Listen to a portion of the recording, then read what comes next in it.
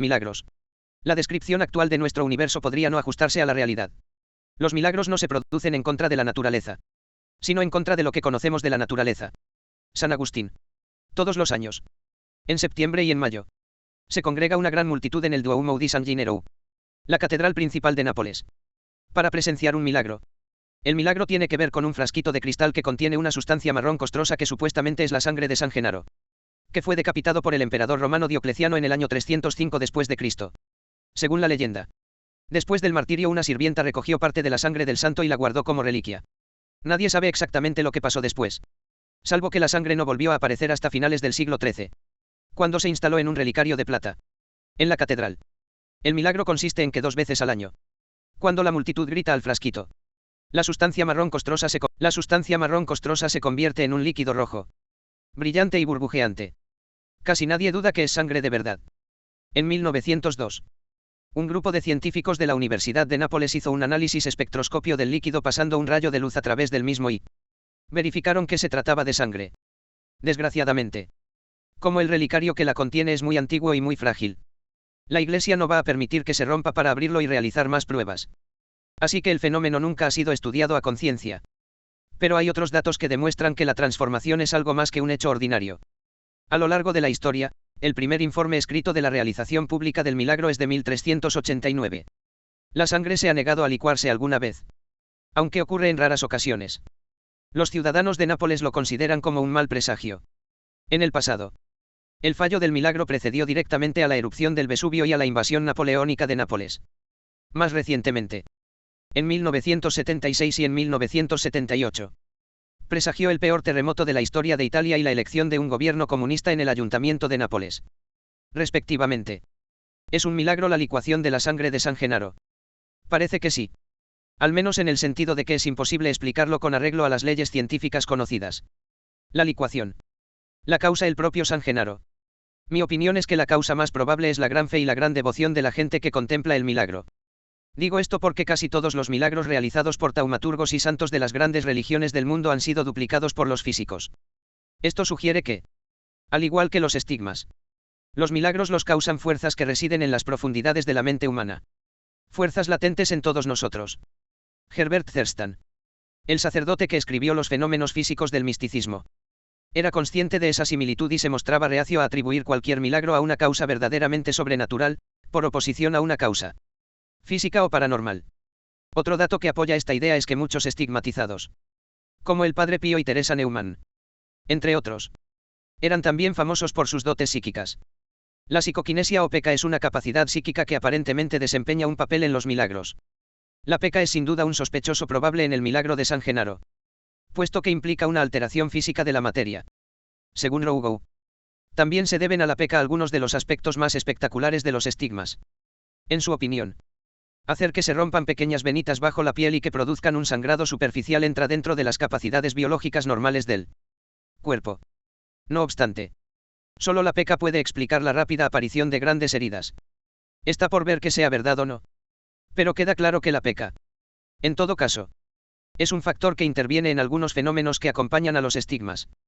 Cuando la sangre manaba de las heridas de los pies de Teresa Neumann, siempre lo hacía hacia los dedos de los pies, exactamente como habría manado de las heridas de Cristo en la cruz, con independencia de la posición en que estuvieran.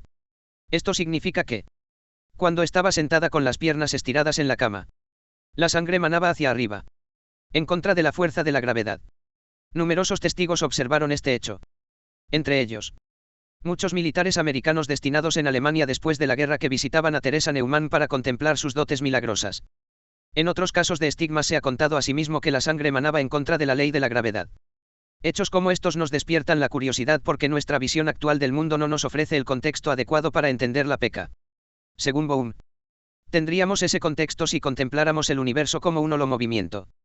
Para explicar lo que quiere decir, nos pide que reflexionemos sobre la siguiente situación.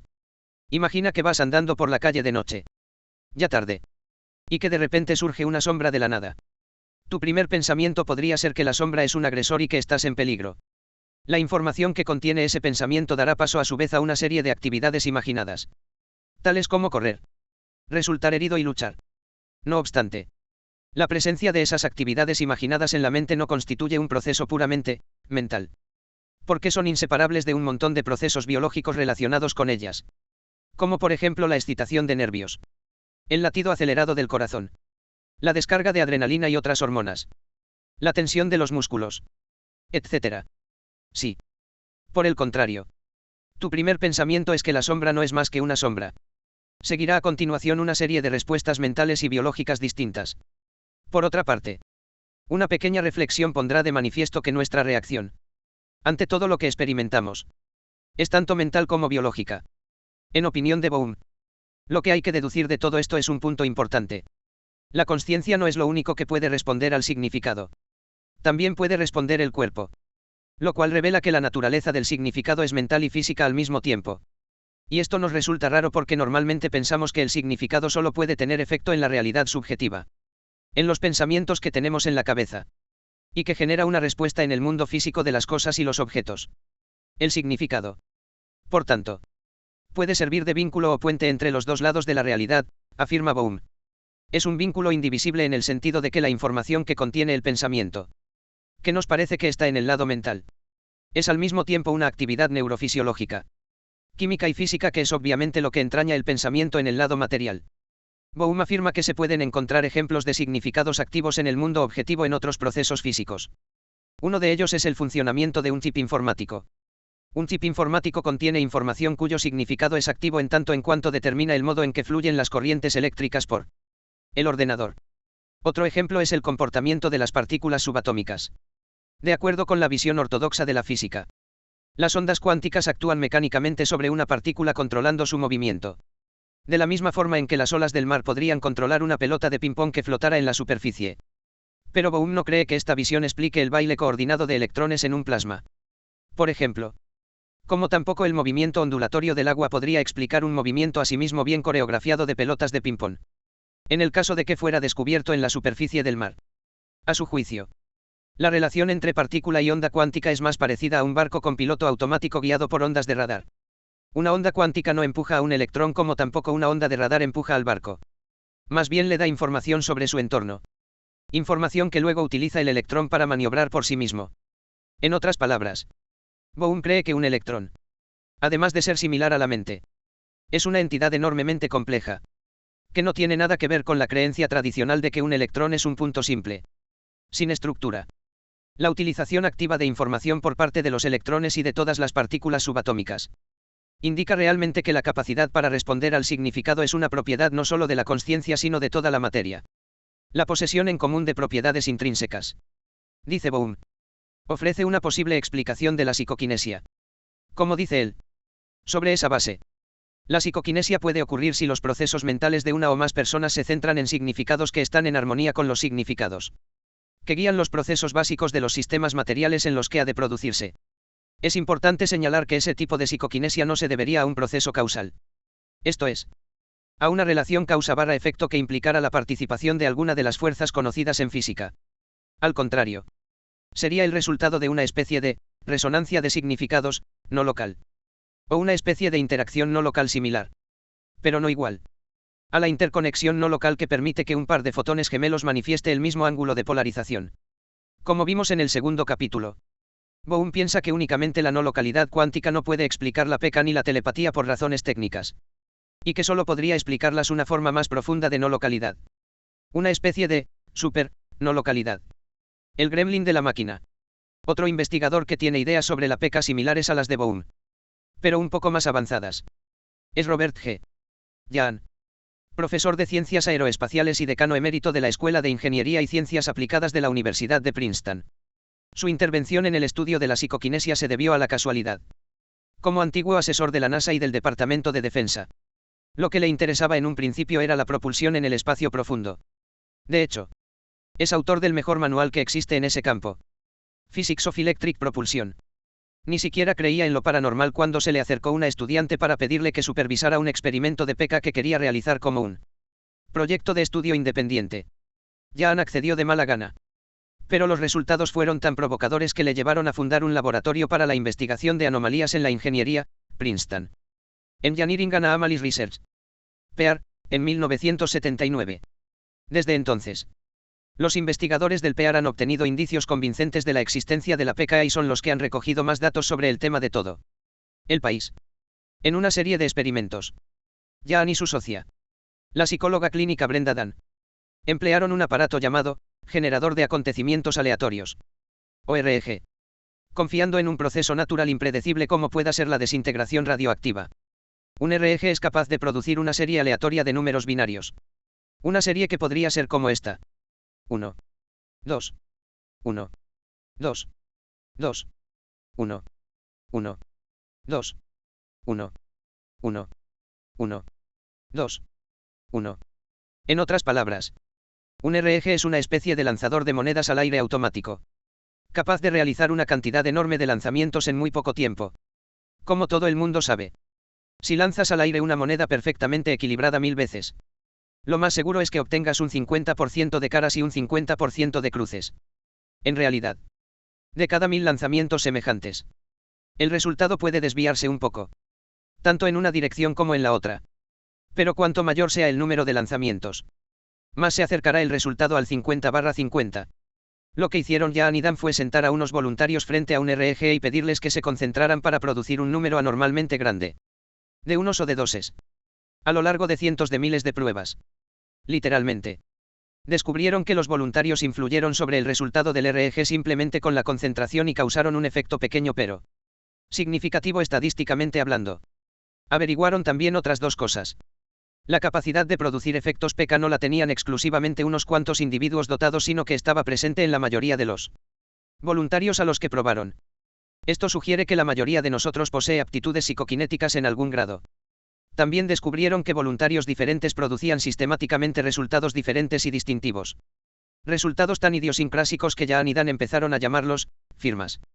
En otra serie de experimentos, Jaan y Dan emplearon un mecanismo semejante al pinball, la conocida máquina del millón, que permite que 9000 canicas de casi 2 centímetros de diámetro circulen alrededor de 330 clavijas de nylon y se distribuyan en 19 huchas recolectoras situadas en la parte de abajo. El mecanismo está dentro de un bastidor vertical, poco profundo, de unos 3 metros de alto por 1,80 de ancho y tiene el frente de cristal transparente para que los voluntarios puedan ver las canicas cuando caen y se meten en las huchas. Normalmente, caen más bolas en las huchas centrales que en las de los extremos. Y la representación del resultado en general es como una curva en forma de campana, como ocurrió con el RG. Jaan y Dan hicieron que los voluntarios se sentaran frente a la máquina y trataran de que aterrizasen más bolas en las huchas laterales que en las centrales.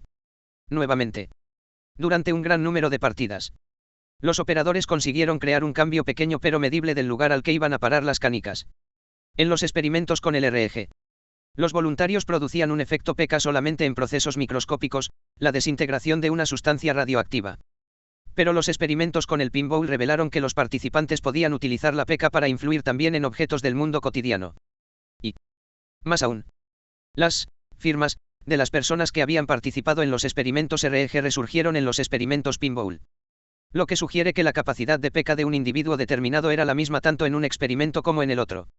Pero variaba de un individuo a otro, del mismo modo en que varían otras dotes, a juicio de Jaan y Dan. Mientras que para justificar la revisión de los principios científicos dominantes sería lógico descartar pequeños segmentos de los resultados, porque se acercan demasiado al comportamiento del azar. El conjunto de resultados, tomados globalmente, confirma una anomalía incontrovertible de proporciones considerables. Jaan y Dan piensan que sus averiguaciones pueden explicar la propensión que parecen tener algunas personas a gafar maquinarias y a hacer que los equipos funcionen mal.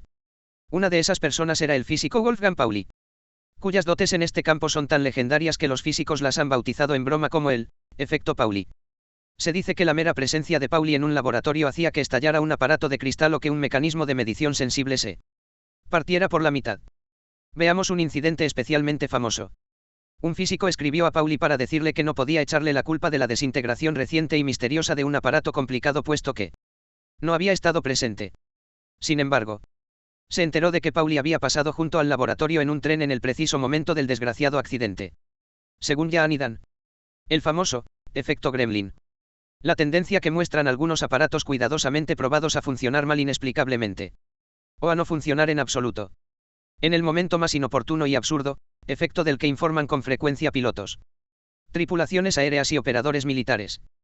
Puede ser también un ejemplo de actividad psicoquinética inconsciente. Si la mente es capaz de llegar al exterior y alterar el movimiento de una cascada de canicas o el funcionamiento de una máquina. ¿A qué extraña alquimia se debe dicha capacidad? A juicio de Jahanidan. Dado que todos los procesos físicos conocidos poseen la dualidad onda/partícula. No es excesivo suponer que la consciencia también la tiene. La consciencia, cuando tenga apariencia de partícula, estará localizada en el interior de la cabeza. Pero cuando tenga aspecto de onda podría causar efectos mediante una influencia remota. Como hacen todos los fenómenos ondulatorios. En opinión de Jahanidan, la psicoquinesia es uno de esos efectos. Pero no se detienen ahí.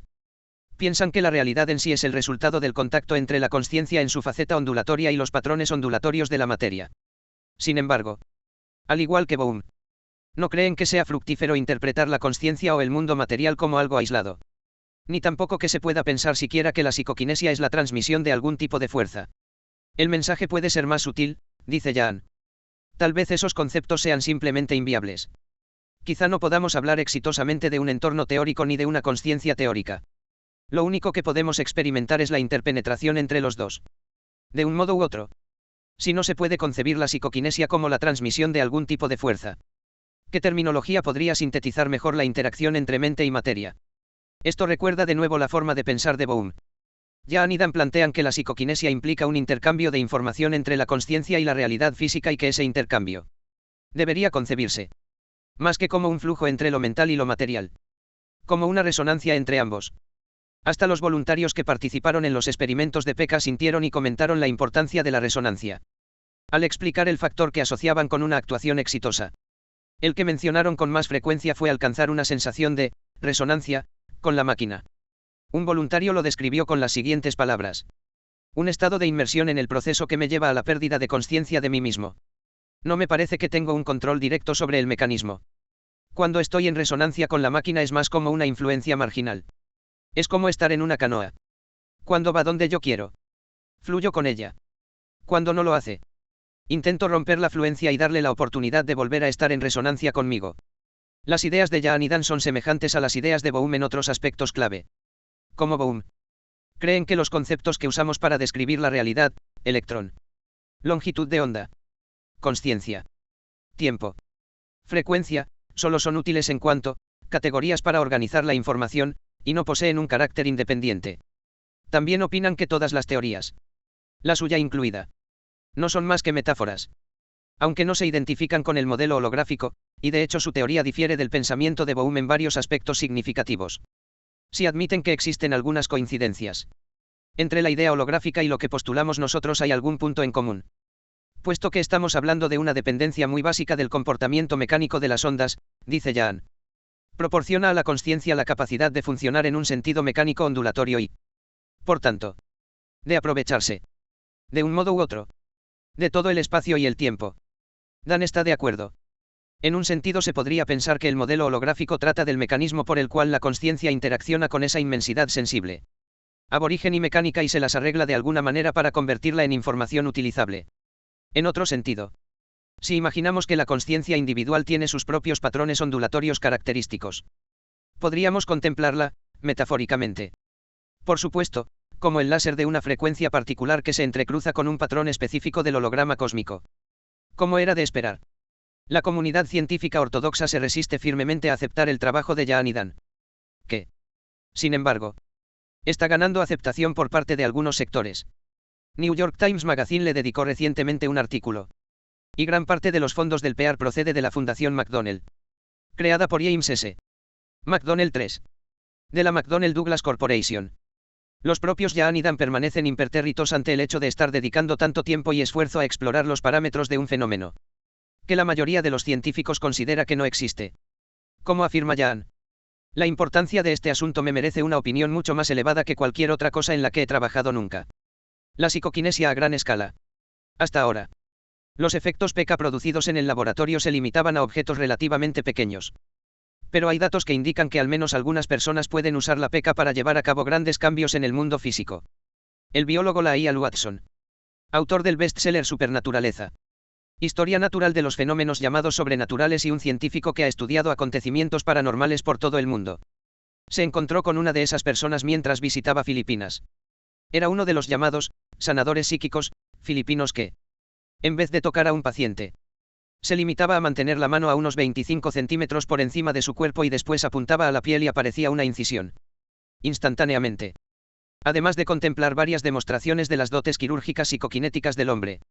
Watson sufrió una incisión en el dorso de su propia mano una vez que el hombre trazó con el dedo una hendidura más larga de lo habitual.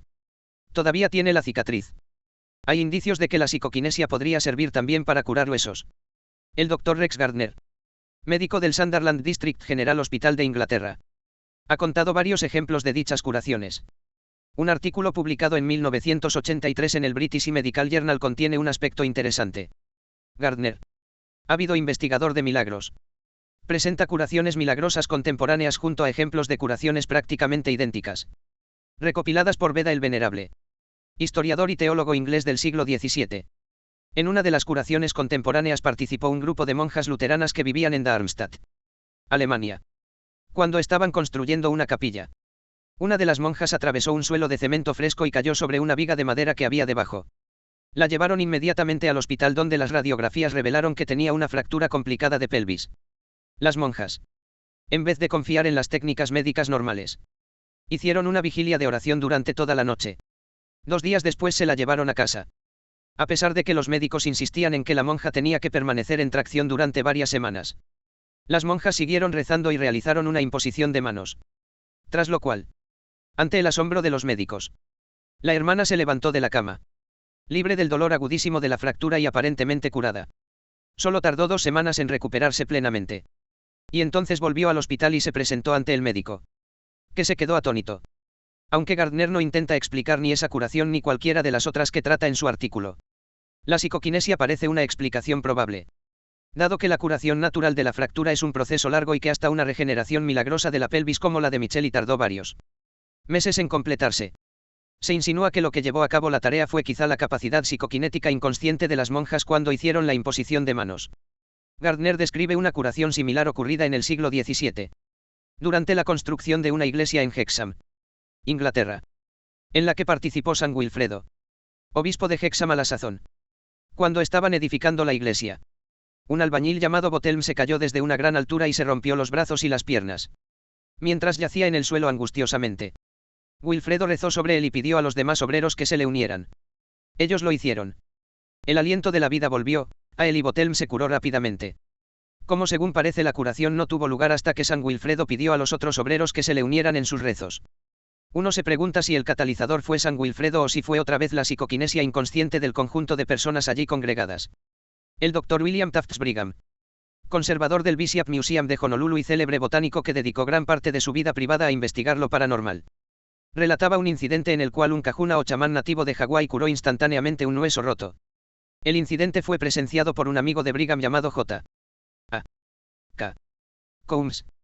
La abuela de la esposa de Coombs estaba considerada una de las mujeres kahunas más poderosas de las islas y Coombs pudo observar sus dotes de primera mano en una ocasión en que asistió a una fiesta en su casa. Ese día en cuestión, uno de los invitados resbaló en la arena de la playa. Se cayó y se rompió la pierna.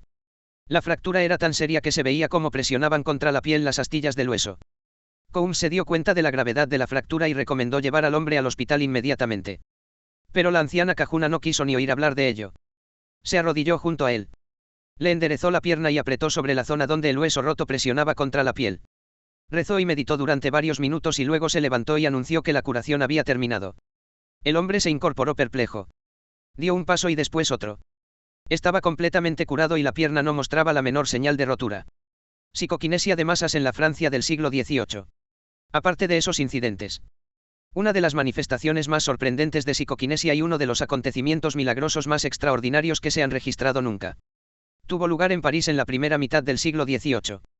Los hechos giraron en torno a una secta puritana de católicos, de influencia holandesa, conocidos como los jansenistas, y se precipitaron tras la muerte de uno de sus miembros, un diácono, hombre santo y reverenciado, llamado François de París. Los milagros jansenistas fueron uno de los sucesos de los que más se habló en Europa durante la mayor parte del siglo, aun cuando hoy en día muy pocas personas hayan oído hablar de ellos. Para entender plenamente los milagros jansenistas, es necesario conocer un poco los hechos históricos que precedieron a la muerte de François de París. El jansenismo se originó a principios del siglo XVII y desde el comienzo estuvo enfrentado tanto a la Iglesia Católica de Roma como al monarca francés. Aunque muchas de sus creencias se apartaban notablemente de la doctrina eclesiástica tradicional. Era un movimiento popular que no tardó en ganar seguidores entre el pueblo llano francés. Pero la mayor desgracia fue que tanto el papado como el rey Luis XV, que era un católico devoto, lo vieran como protestantismo disfrazado de catolicismo. En consecuencia, tanto la Iglesia como el rey maniobraban constantemente para socavar el poder del movimiento. Un obstáculo para tales ardides. Y uno de los factores que contribuyó a otorgar popularidad al movimiento fue que los líderes jansenistas parecían tener el don especial de curar milagrosamente. Sin embargo, la Iglesia y la corona siguieron adelante. Y consiguieron que se desencadenaran debates encarnizados por toda Francia. En pleno apogeo de aquella lucha de poderes, murió François de París el 1 de mayo de 1727. Y fue enterrado en el cementerio parroquial de Saint-Médard, en París. Como el abate tenía fama de santo, se empezaron a congregar personas junto a su tumba para adorarle. Y desde el principio hubo noticias de un gran número de curaciones milagrosas. Entre las enfermedades o dolencias curadas se contaban tumores cancerosos, parálisis, sordera, artritis, reumatismo, llagas ulcerosas, fiebres persistentes, hemorragias prolongadas y ceguera. Pero eso no fue todo.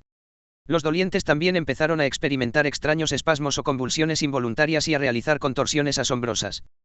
Pronto se demostró que tales ataques eran contagiosos y se extendieron como un reguero de pólvora hasta que las calles se atestaron de hombres, mujeres y niños. Todos ellos retorciéndose y contorsionándose como si se hallaran bajo un encantamiento surrealista.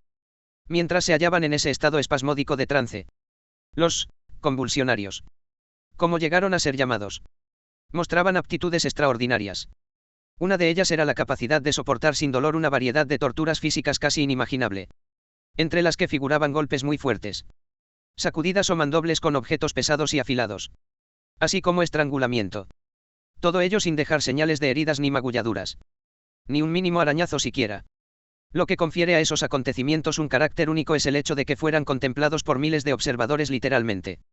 Aquellas reuniones frenéticas en torno a la tumba del abate París no fueron efímeras en absoluto. El cementerio y las calles que lo rodeaban estuvieron atestadas de gente, día y noche, durante años. 2 décadas después incluso. Todavía se contaban milagros, para dar una idea de la enormidad del fenómeno. En 1733 se registró en los informes oficiales que eran necesarios más de 3.000 voluntarios simplemente para ayudar a los convulsionarios y para asegurarse, por ejemplo, de que las participantes femeninas no llegaran a exponerse inmodestamente durante sus ataques. En consecuencia, las dotes sobrenaturales de los convulsionarios se convirtieron en una causa célebre, asunto controvertido, internacional y miles de personas acudían en masa para verlos. Entre ellos había individuos de todas las clases sociales y miembros de todas las instituciones educativas, religiosas y gubernamentales imaginables. Los documentos de la época recogen numerosos informes de los milagros, tanto oficiales como no oficiales. Por otra parte, muchos testigos tenían un interés personal en refutar los milagros jansenistas, como por ejemplo los investigadores enviados por la Iglesia Católica Romana y, sin embargo, los confirmaron, posteriormente. La Iglesia remedió aquella situación embarazosa admitiendo que los milagros existían pero que eran obra del diablo. Con lo cual probaba que los jansenistas eran unos depravados. Un investigador llamado Louis Basile Carré de Montgeron, miembro del Parlamento de París, contempló los suficientes milagros como para llenar 4 gruesos tomos sobre el tema, que publicó en 1737 bajo el título La Vérité des Miracles. Cuenta muchos ejemplos de la aparente invulnerabilidad de los convulsionarios a la tortura. Un ejemplo. Una convulsionaria de 20 años llamada Jean Maulet se apoyaba contra un muro de piedra mientras un voluntario de la multitud, un robusto hombretón, le daba 100 martillazos en el estómago con una maza de 14 kilos. Los propios convulsionarios pedían que les torturaran porque decían que la tortura aliviaba el dolor atroz de las convulsiones. Para comprobar la violencia de los golpes, el propio Montgeron agarró después la maza y la probó sobre el muro de piedra contra el que se había apoyado la chica. A los 25 golpes, la piedra sobre la que golpeaba, sacudida por los martillazos, se aflojó de pronto y cayó al otro lado del muro, abriendo un boquete de más o menos medio pie. Montgeron describe otro caso en el que una convulsionaria se inclinó hacia atrás formando un arco, sin otro apoyo que una estaca hincada en el suelo cuya punta sostenía el cuerpo por la región lumbar. Después pidió que izaran con una cuerda una piedra de 23 kilos hasta una altura extrema, y la dejaran caer a plomo sobre su estómago. Levantaron la piedra y la dejaron caer sobre ella una y otra vez. Pero no parecía afectarle en absoluto. Se mantenía sin esfuerzo en su difícil postura y no sufría daño o dolor. Y salió de la dura prueba sin tan siquiera una sola marca en la carne de la espalda. Mongeron notó que mientras se desarrollaba la dura prueba la mujer no dejaba de gritar, más fuerte. Más fuerte. De hecho, parece que nada podía hacer daño a los convulsionarios. No les herían los golpes propinados con barras de hierro, cadenas o estacas. Los hombres más fuertes no podían estrangularlos. Algunos fueron crucificados y después no mostraban ni rastro de heridas. 160. Lo más desconcertante de todo es que ni siquiera se les podía cortar o pinchar con cuchillos, espadas o hachas. Mongeron cita un incidente durante el cual se apoyó la punta afilada de una barrena de hierro contra el estómago de una convulsionaria y luego se golpeó con un martillo tan violentamente que parecía capaz de atravesarle las entrañas hasta el espinazo. Pero no era así y la convulsionaria mantenía una expresión de completo arrobamiento, y gritaba: «Oh, me hace mucho bien. Valor. Hermano. Golpea el doble de fuerte si puedes». La invulnerabilidad no era el único don que los jansenistas exhibían durante sus ataques. Algunos se volvieron clarividentes y eran capaces de discernir cosas ocultas. Otros podían leer incluso con los ojos cerrados y vendados fuertemente. Y se contaron casos de levitación. Uno de los que levitaban, un cura de Montpellier llamado Besterand, se levantaba por los aires con tanta fuerza, durante las convulsiones, que aunque los testigos intentaban sujetarle tirando de él hacia abajo, no consiguieron impedir que se elevara por encima del suelo. Aunque hoy los milagros jansenistas están casi olvidados, en la época distaban mucho de ser un fenómeno desconocido para los intelectuales. La sobrina del matemático y filósofo Pascal consiguió que, a resultas de un milagro jansenista, le desapareciera en unas horas una úlcera grave que tenía en un ojo. Cuando el rey Luis XV intentó infructuosamente detener a los convulsionarios cerrando el cementerio de Saint-Médard, Voltaire dijo humorísticamente: «Por orden del rey, se prohíbe a Dios hacer milagros allí». Y el filósofo escocés David Hume escribió en Ensayos filosóficos sobre el entendimiento humano: «Seguramente no se habrán atribuido jamás a taumaturgo alguno tantos milagros como los que se dice ocurrieron últimamente en París, junto a la tumba del abate París». La autenticidad de muchos milagros se verificaba inmediatamente en el sitio, ante jueces de crédito y distinción incuestionables. En una era científica y en el teatro más eminente que hoy existe en el mundo. ¿Qué explicación tienen los milagros realizados por los convulsionarios? Bohm, si bien está dispuesto a considerar la posibilidad de la psicoquinesia y de otros fenómenos paranormales, prefiere no especular sobre acontecimientos específicos tales como las capacidades sobrenaturales de los jansenistas. Pero, si tomamos en serio el testimonio de tantos y tantos testigos, la psicoquinesia parece ser, una vez más, la explicación más probable. A menos que estemos dispuestos a conceder que Dios favorecía a los católicos jansenistas más que a los católicos romanos. La aparición de otras aptitudes psíquicas durante los ataques, como la clarividencia, sugiere con fuerza que tuvo que intervenir de un modo u otro algún tipo de fenómeno psíquico. Además, ya hemos visto varios ejemplos en los que la fe honda y la histeria desencadenaron las fuerzas más profundas de la mente y éstas también estaban presentes profusamente. De hecho, puede que los efectos psicoquinéticos, en lugar de ser obra de una sola persona, fueran producto de la combinación de fervor y creencias de todas las personas presentes. Lo cual explicaría también el vigor inusual de las manifestaciones. Esta idea no es nueva. En la década de 1920, el gran psicólogo de Harvard William M. C. Dougal sugirió que los milagros religiosos podrían ser consecuencia de los poderes psíquicos colectivos de una gran multitud de fieles. La psicoquinesia podría explicar muchos casos de invulnerabilidad aparente de los convulsionarios. En el caso de Jean Maulet se podría argumentar que estaba usando la psicoquinesia de forma inconsciente para bloquear el efecto de los golpes de martillo. Si los convulsionarios la utilizaran inconscientemente para controlar las cadenas, los maderos y los cuchillos y parar su recorrido en el preciso momento del impacto, se explicaría también que tales objetos no dejaran marcas ni magulladuras. De manera similar, cuando algunos individuos intentaban estrangular a los jansenistas, puede que la psicoquinesia les sujetara las manos y aunque ellos pensaran que estaban retorciendo el cuello, en realidad solo estaban retorciendo las manos en el aire. Reprogramar el proyector de cine cósmico. Sin embargo, la psicoquinesia no explica todas las facetas de la invulnerabilidad de los convulsionarios. Contemplemos el problema de la inercia. La tendencia de un objeto en movimiento a seguir en movimiento. Cuando un trozo de madera o una piedra de 23 kilos cae con fuerza y velocidad, lleva consigo un montón de energía y, si se para en plena trayectoria, la energía tiene que ir a alguna parte. Por ejemplo, si se golpea con una maza de 14 kilos a una persona que lleva una armadura puesta, Aunque el metal de la armadura pueda desviar el golpe, la persona sufre una sacudida considerable. En el caso de Jean Maulet, parece que la energía rodeaba su cuerpo de algún modo y se transfería al muro que tenía detrás. Pues, como señaló Mongeron, la piedra se había movido por los martillazos. Ahora bien, la cosa no está tan clara en el caso de la mujer que se arqueaba y le caía una piedra de 23 kilos sobre el estómago. Uno se pregunta por qué no se clavaba en el suelo como un arco o por qué los convulsionarios no se caían cuando les golpeaban con mazos. ¿Dónde iba la energía desviada? La visión holográfica de la realidad nos proporciona de nuevo una posible respuesta. Como hemos visto antes, Bohm cree que la consciencia y la materia son solo aspectos diferentes del mismo algo fundamental. Un algo que tiene sus orígenes en el orden implicado. A juicio de algunos investigadores, eso sugiere que la consciencia puede hacer muchas más cosas que unos cuantos cambios psicoquinéticos en el mundo material. Grof cree, por ejemplo, que si la descripción de la realidad que ofrecen los órdenes implicado y explicado es correcta, entonces, es concebible que ciertos estados inusuales de consciencia permitan mediar directamente e intervenir en el orden implicado. De este modo sería posible modificar los fenómenos del mundo físico influyendo en su matriz generadora. 163, dicho de otra forma. Además de mover objetos por psicoquinesia, la mente también puede llegar hasta el proyector de cine cósmico que creó esos objetos en un principio y reprogramarlo. Así, no solo se podrían eludir por completo reglas de la naturaleza reconocidas convencionalmente, como la inercia, sino que la mente podría llevar a cabo alteraciones y reformas en el mundo material mucho más espectaculares que las debidas a la psicoquinesia.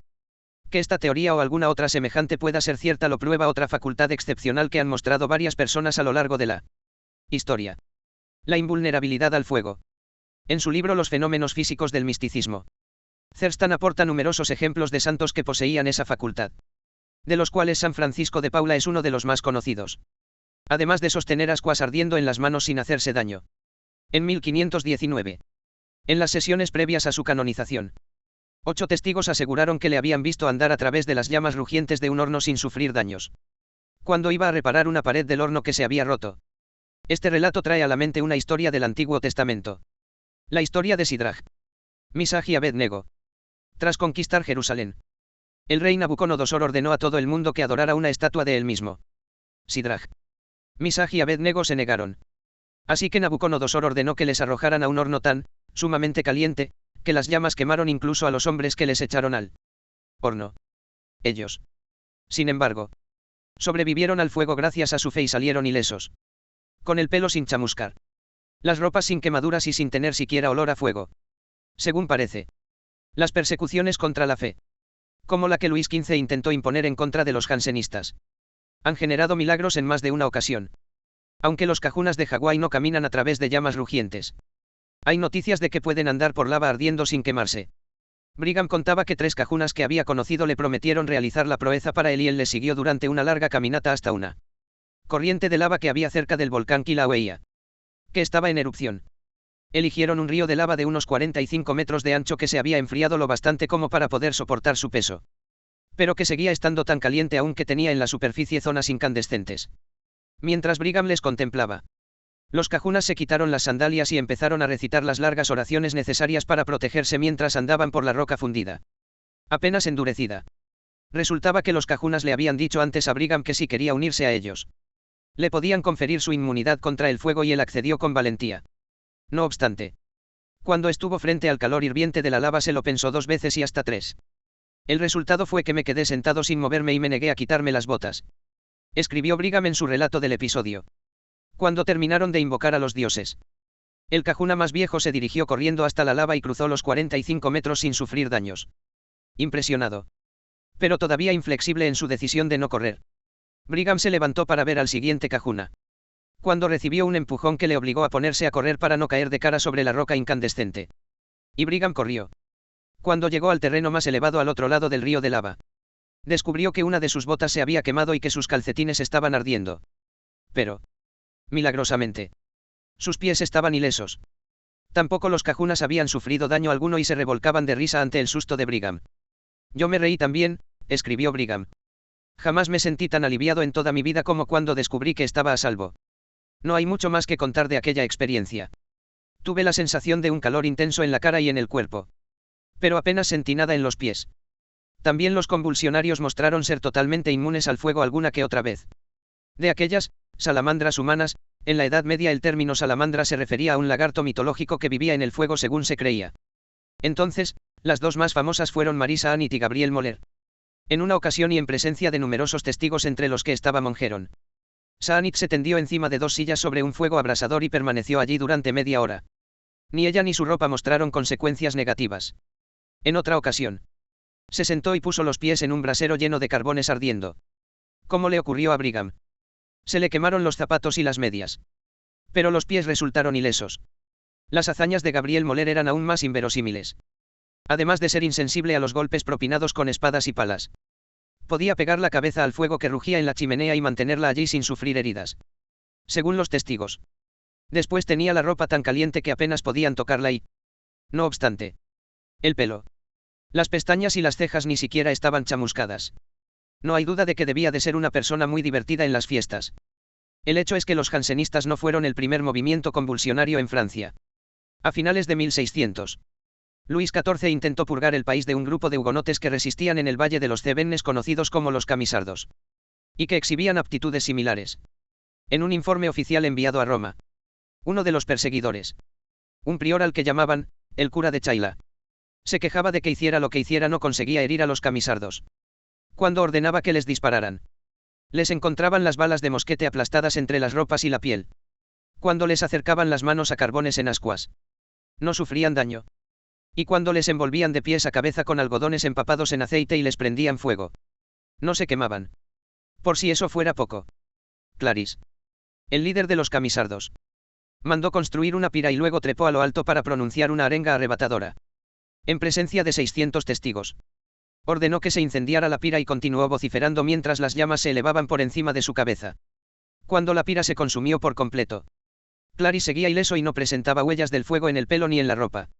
El jefe de las tropas francesas enviadas a someter a los camisardos, un coronel llamado Jean Cavalier, fue exiliado después a Inglaterra, donde en 1707 escribió un libro sobre el acontecimiento titulado Accra y from the Desert. 168, 11, en cuanto al cura de Chaila. Al final le asesinaron los camisardos durante un contraataque. A diferencia de algunos de ellos, él no poseía ninguna invulnerabilidad especial. Existen literalmente centenares de relatos creíbles de inmunidad al fuego. Dicen que cuando Bernadette de Lourdes estaba en éxtasis, también era insensible al fuego. Según testigos, una vez mientras se hallaba en trance puso la mano tan cerca de una vela encendida que las llamas le lamían los dedos. Una de las personas presentes era el doctor Dozous, el médico local de Lourdes. Rápido de mente, Dozous cronometró el hecho y observó que pasaron 10 minutos enteros antes de que saliera del trance y retirara la mano. Después comentó: lo he visto con mis propios ojos. Pero le juro, señor Dean, que si intentara hacerme creer esta historia, me habría reído muchísimo de usted. El 7 de septiembre de 1871, el New York Herald informó de que Nathan Coker, un anciano herrero de raza negra que vivía en Easton, Maryland, podía tocar metal al rojo vivo sin quemarse. En presencia de un comité en el que figuraban varios médicos, calentó una pala de hierro hasta que se puso incandescente y luego se la colocó contra las plantas de los pies hasta que se enfrió. También lamió el borde de la pala al rojo y se derramó plomo fundido en la boca, dejando que corriera por encima de los dientes y encías hasta que se solidificó. Los médicos le examinaron después de cada una de esas hazañas, pero no encontraron ni rastro de heridas.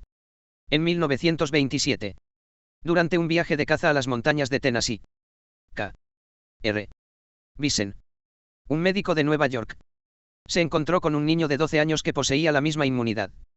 Bisen vio cómo el chico tocaba impunemente con la mano hierros al rojo sacados de la chimenea. El chico le contó que había descubierto esa capacidad suya por casualidad, una vez que cogió una herradura al rojo en la herrería de su tío. El foso de ascuas ardiendo por el que los Grosvenor vieron caminar a Mohotti medía 6 metros de largo y tenía una temperatura de 328 grados Fahrenheit, 720 grados centígrados, según los termómetros del equipo del National Geographic. En el ejemplar de mayo de 1959 del Atlantic Monthly, el Dr. Leonard Feinbeck de la Universidad de Illinois contaba que había presenciado otro ritual tailandés que consistía en andar sobre el fuego, durante el cual los nativos llevaban vasijas de hierro al rojo vivo sobre la cabeza sin quemarse. En un artículo del Psychiatric Quarterly, el psiquiatra Berthold Schwartz cuenta que vio a los Pentecostals de los Appalachians introducir las manos en una llama de acetileno sin quemarse. Etcétera. Etcétera. Etcétera. Las leyes de la física como hábitos y realidades, tanto potenciales como reales, Tan difícil como imaginar dónde va la energía desviada en algunos de los ejemplos de P.K. que hemos visto. Es también entender dónde va la energía de una vasija de hierro al rojo vivo mientras está posada directamente encima del pelo y de la carne de la cabeza de un nativo zelandés. Ahora bien, si es verdad que la consciencia puede intervenir directamente en el orden implicado, el problema es más fácil de resolver. Entonces, más que deberse a un tipo de energía o una ley física no descubierta todavía, como por ejemplo un campo de fuerza aislante, que opere dentro del marco de la realidad, sería consecuencia de alguna actividad producida en un plano más fundamental aún, en la que participarían los procesos que crean el universo físico y las leyes de la física en primer lugar. Otra forma de verlo sería la siguiente. La capacidad de la consciencia para cambiar de toda una realidad a otra sugiere que, quizá, la regla habitualmente inviolada de que el fuego quema la carne humana no es más que un programa del ordenador cósmico. Ahora bien, un programa que se ha repetido tantas veces que se ha convertido en un hábito de la naturaleza. Como se ha mencionado ya. Según la idea holográfica, la materia es también un tipo de hábito y renace constantemente de lo implicado. Al igual que una fuente se crea constantemente por el chorro de agua que le da forma. Pitt se refiere con humor al carácter repetitivo de tal proceso diciendo que es una de las neurosis del universo. Cuando tienes una neurosis tiendes a repetir lo mismo en tu vida diaria o a realizar la misma acción. Es como si un recuerdo se agrandara y la cosa se quedara atascada en él. Y continúa. Yo tiendo a pensar que pasa lo mismo con las cosas. Como las sillas y las mesas. Por ejemplo. Son una especie de neurosis material. Una repetición. Pero lo que está ocurriendo es algo más sutil. Es un constante plegarse y desplegarse. En este sentido, las sillas y las mesas solo son hábitos de ese movimiento fluido. Pero la realidad es ese movimiento fluido y, no obstante, tendemos a ver solo el hábito. En realidad, debemos considerar que el universo y las leyes de la física que lo gobiernan son hábitos también, puesto que son productos de ese fluir. Son hábitos que están profundamente arraigados en el holomovimiento. Evidentemente. Pero como indican las dotes extraordinarias, como la inmunidad al fuego, se pueden suspender las reglas, al menos algunas, que rigen la realidad. Esto significa que las leyes de la física no están grabadas en piedra. Al contrario, son como los vórtices de Seinberg. Remolinos con una fuerza de inercia tan enorme que parecen haberse quedado fijados en el holomovimiento.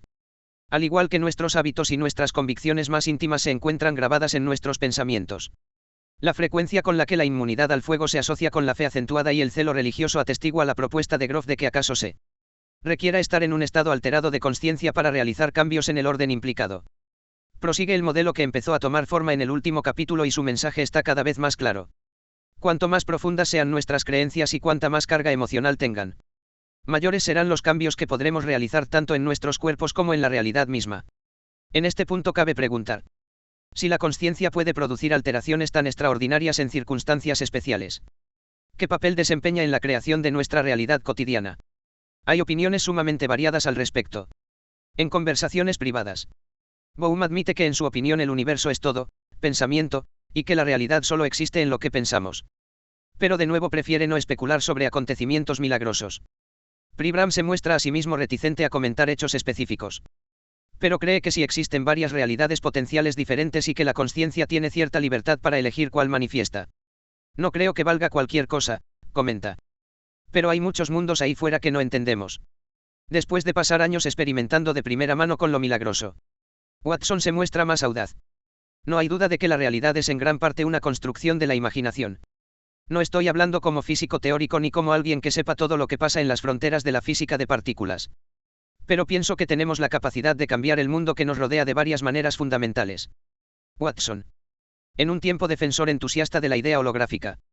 Ya no está convencido de que cualquier teoría física actual pueda explicar adecuadamente las dotes extraordinarias de la mente. Gordon Gloubas.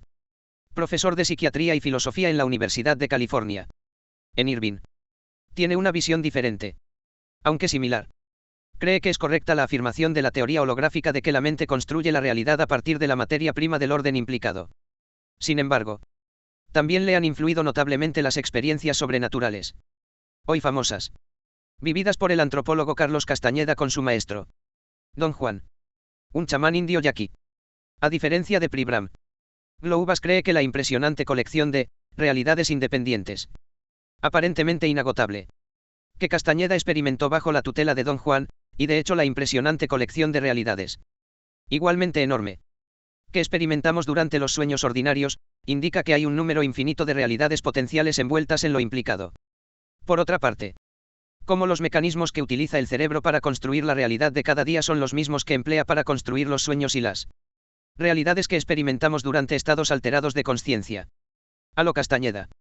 Gloubas piensa que los tres tipos de realidad son fundamentalmente la misma. La consciencia.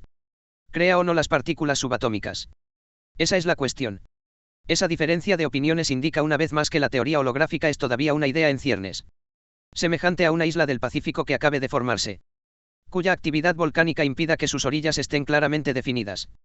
Aunque algunos podrían usar la falta de unanimidad para criticar la teoría holográfica, debemos recordar que también la teoría de la evolución de Darwin, ciertamente una de las ideas más influyentes y exitosas que la ciencia ha producido jamás, experimenta un cambio constante y que los teóricos evolucionistas siguen debatiendo su alcance y su interpretación, así como sus ramificaciones y los mecanismos que la regulan.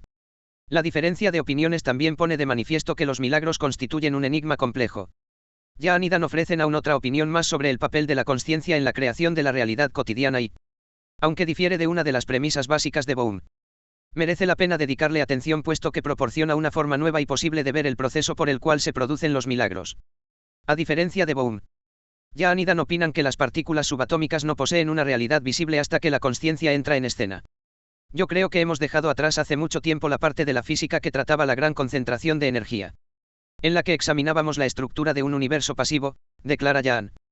Creo que hemos entrado en un dominio en el que la consciencia interacciona con el entorno a una escala tan primordial que verdaderamente creamos la realidad, con arreglo a cualquier definición razonable del concepto. Como ya hemos dicho, esta es la visión que sostiene la mayoría de los físicos. No obstante, la posición de Jaan y Dan difiere de la línea general en un aspecto importante. La mayoría de los físicos rechazaría la idea de utilizar la interacción entre la consciencia y el mundo subatómico para explicar la psicoquinesia. Y no digamos los milagros.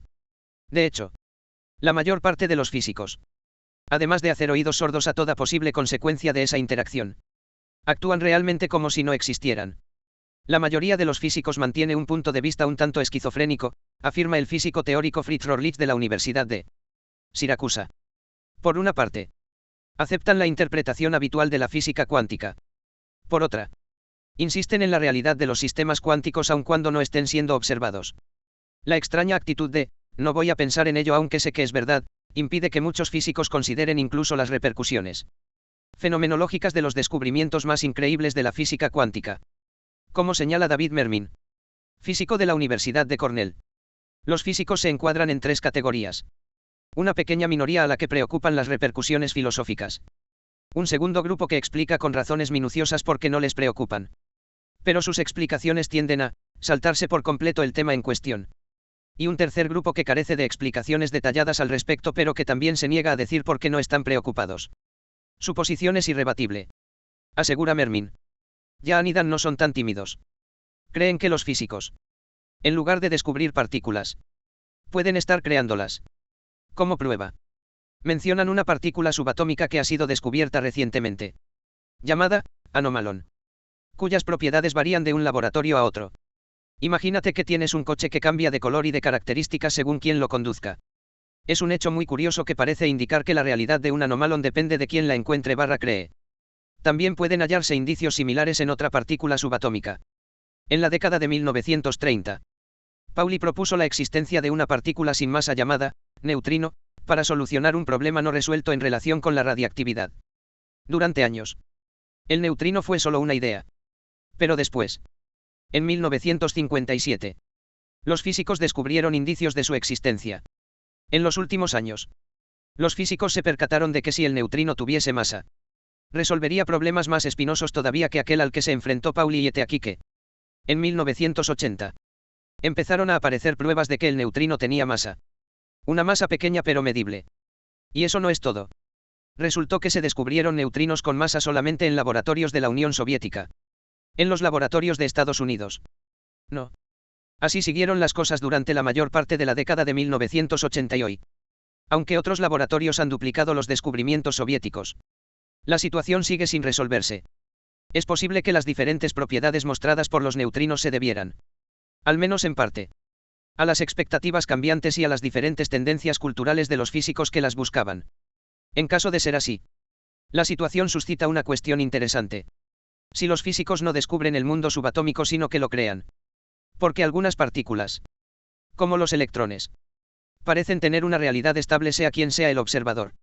En otras palabras, porque un estudiante de física sin conocimientos sobre los electrones descubre las mismas propiedades que un físico avezado.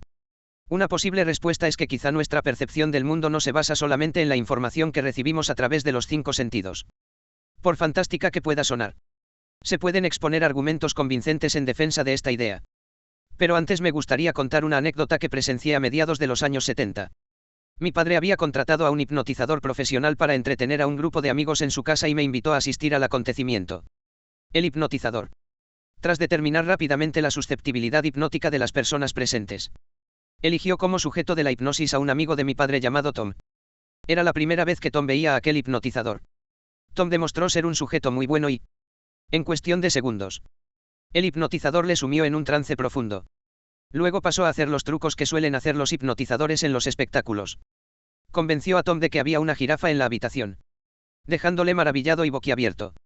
Después le dijo que una patata era una manzana en realidad y consiguió que Tom se la comiera con gusto. Pero el punto fuerte de la noche llegó cuando le dijo a Tom que, cuando saliera del trance, Laura, su hija adolescente, sería completamente invisible para él. Entonces, tras pedir a Laura que se pusiera delante justo de la silla en la que estaba sentado Tom, el hipnotizador le despertó y le preguntó si la veía. Tom miró por la habitación y parecía que su mirada atravesaba literalmente a su risueña hija. No, contestó. El hipnotizador le preguntó si estaba seguro y Tom volvió a responder que no, a pesar de las risitas cada vez más altas de Laura. Entonces el hipnotizador se colocó detrás de Laura, de modo que Tom no pudiera verle, y sacó un objeto del bolsillo. Mantuvo el objeto cuidadosamente oculto para que nadie pudiera verlo y lo apretó contra la espalda de Laura. Pidió a Tom que identificara el objeto. Tom se inclinó hacia adelante como si viera directamente a través del estómago de Laura y dijo que era un reloj de pulsera. El hipnotizador asintió y le preguntó si podía leer la inscripción del reloj.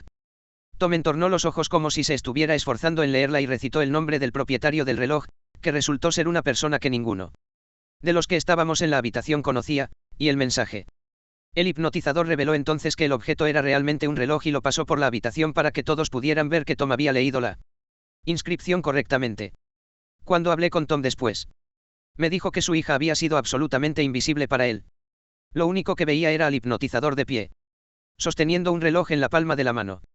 Si el hipnotizador le hubiera dejado ir sin decirle lo que pasaba, nunca habría sabido que no estaba percibiendo la realidad consensuada. Es obvio que la percepción de Tom del reloj no estaba basada en la información que recibía a través de los 5 sentidos. ¿De dónde sacaba la información? Una explicación es que la obtenía telepáticamente de la mente de otra persona.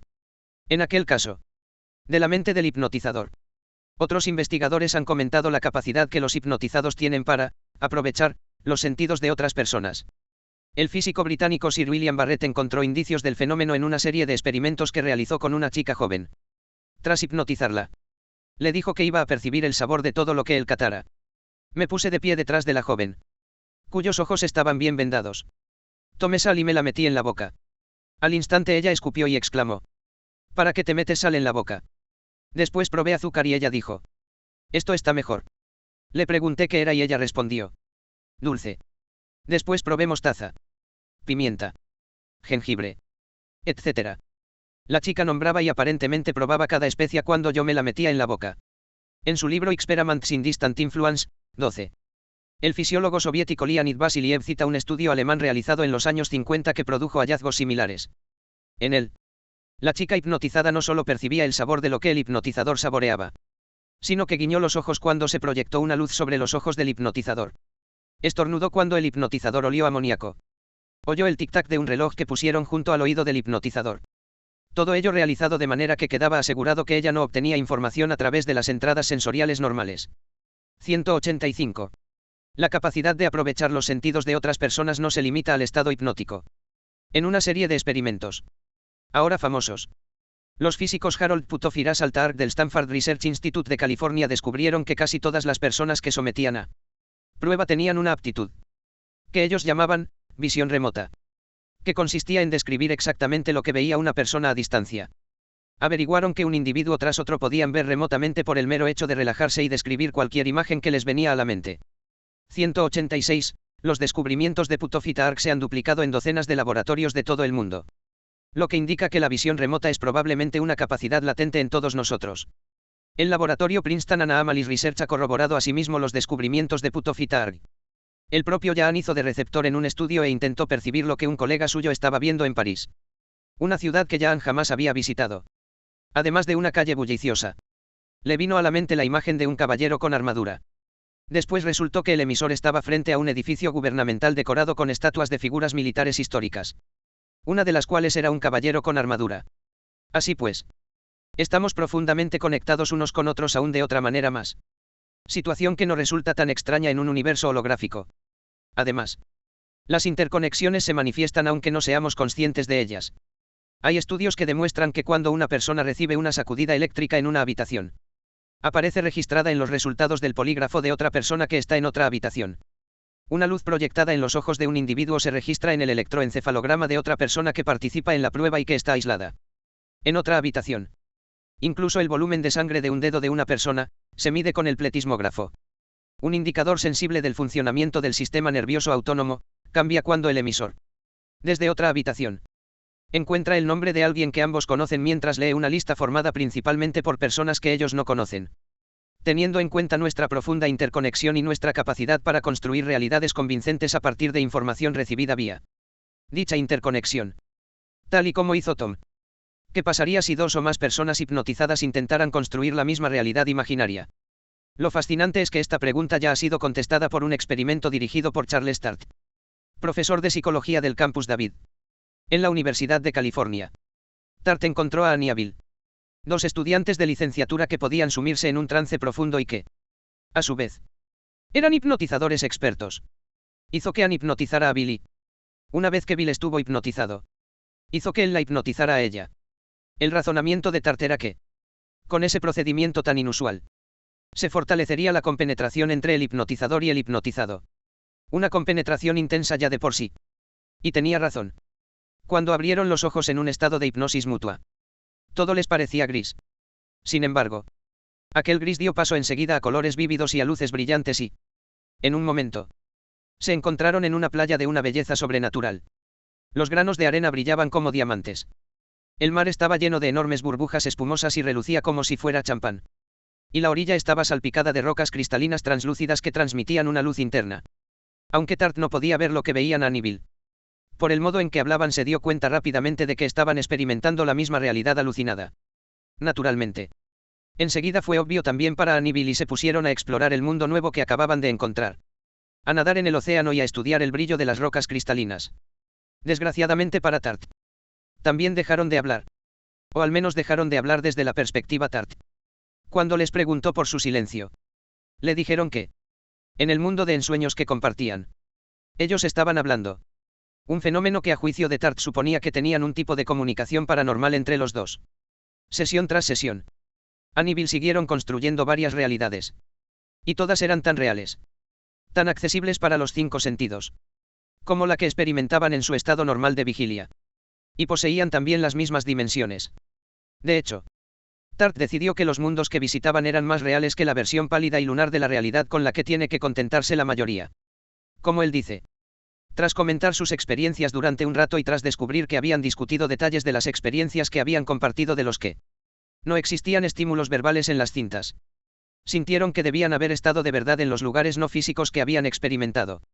El mundo oceánico de Annie y Bill constituye el ejemplo perfecto de la realidad holográfica. Una construcción tridimensional creada a partir de la interconexión, sostenida por el fluir de la consciencia y finalmente tan plástica como los procesos de pensamiento que la habían generado. La plasticidad era evidente en varios rasgos. Aunque era tridimensional, su espacio era más flexible que el espacio de la realidad cotidiana y a veces adquiría una elasticidad que Annie y Bill no podían describir con palabras. Y mucho más extraño aún era que pese a ser sumamente diestros en la creación de un mundo compartido fuera de ellos mismos, muchas veces olvidaban crear sus propios cuerpos y existían como caras o cabezas flotantes. Ann contaba que una vez que Bill le pidió que le diera la mano, tuvo que crearse una mano por arte de magia. Como quien dice. ¿Cómo terminó aquel experimento de hipnosis mutua? Tristemente. La idea de que aquellas visiones espectaculares eran reales de un modo u otro y quizá más reales que la realidad de cada día incluso, asustó tanto a Annie y a Bill que cada vez les ponía más nerviosos lo que harían. Al final, Dejaron las exploraciones y uno de ellos, Bill, abandonó la hipnosis por completo. La interconexión extrasensorial que les permitió construir una realidad compartida podría ser contemplada casi como un efecto de un campo que hubiera entre ellos. Un campo de realidad. Si se quiere. Me pregunto qué habría pasado si, en casa de mi padre, el hipnotizador nos hubiera puesto a todos en trance. A la luz de la información anterior. Tengo razones para creer que si nuestra compenetración hubiera sido lo bastante profunda, Laura se habría vuelto invisible para todos nosotros. Habríamos construido colectivamente el campo de realidad del reloj. Habríamos leído la inscripción y nos habríamos convencido totalmente de que lo que estábamos percibiendo era real.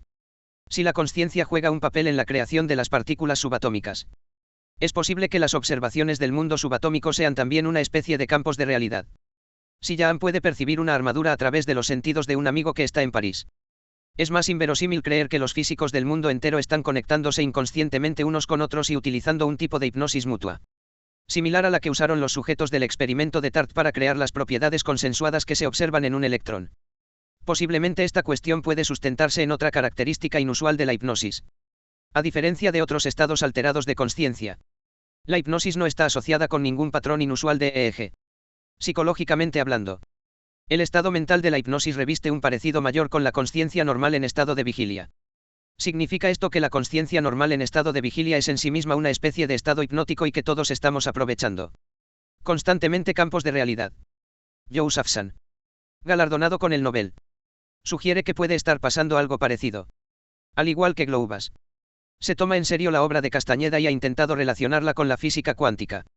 Afirma que la realidad objetiva nace de la memoria colectiva de la raza humana, mientras que los acontecimientos anómalos, como los que experimentaba Castañeda, son manifestaciones de la voluntad individual. Puede que la consciencia humana no sea lo único que participa en la creación de campos de realidad. Experimentos de visión remota han demostrado que se pueden describir posiciones lejanas aun cuando no haya observadores humanos presentes en ellas.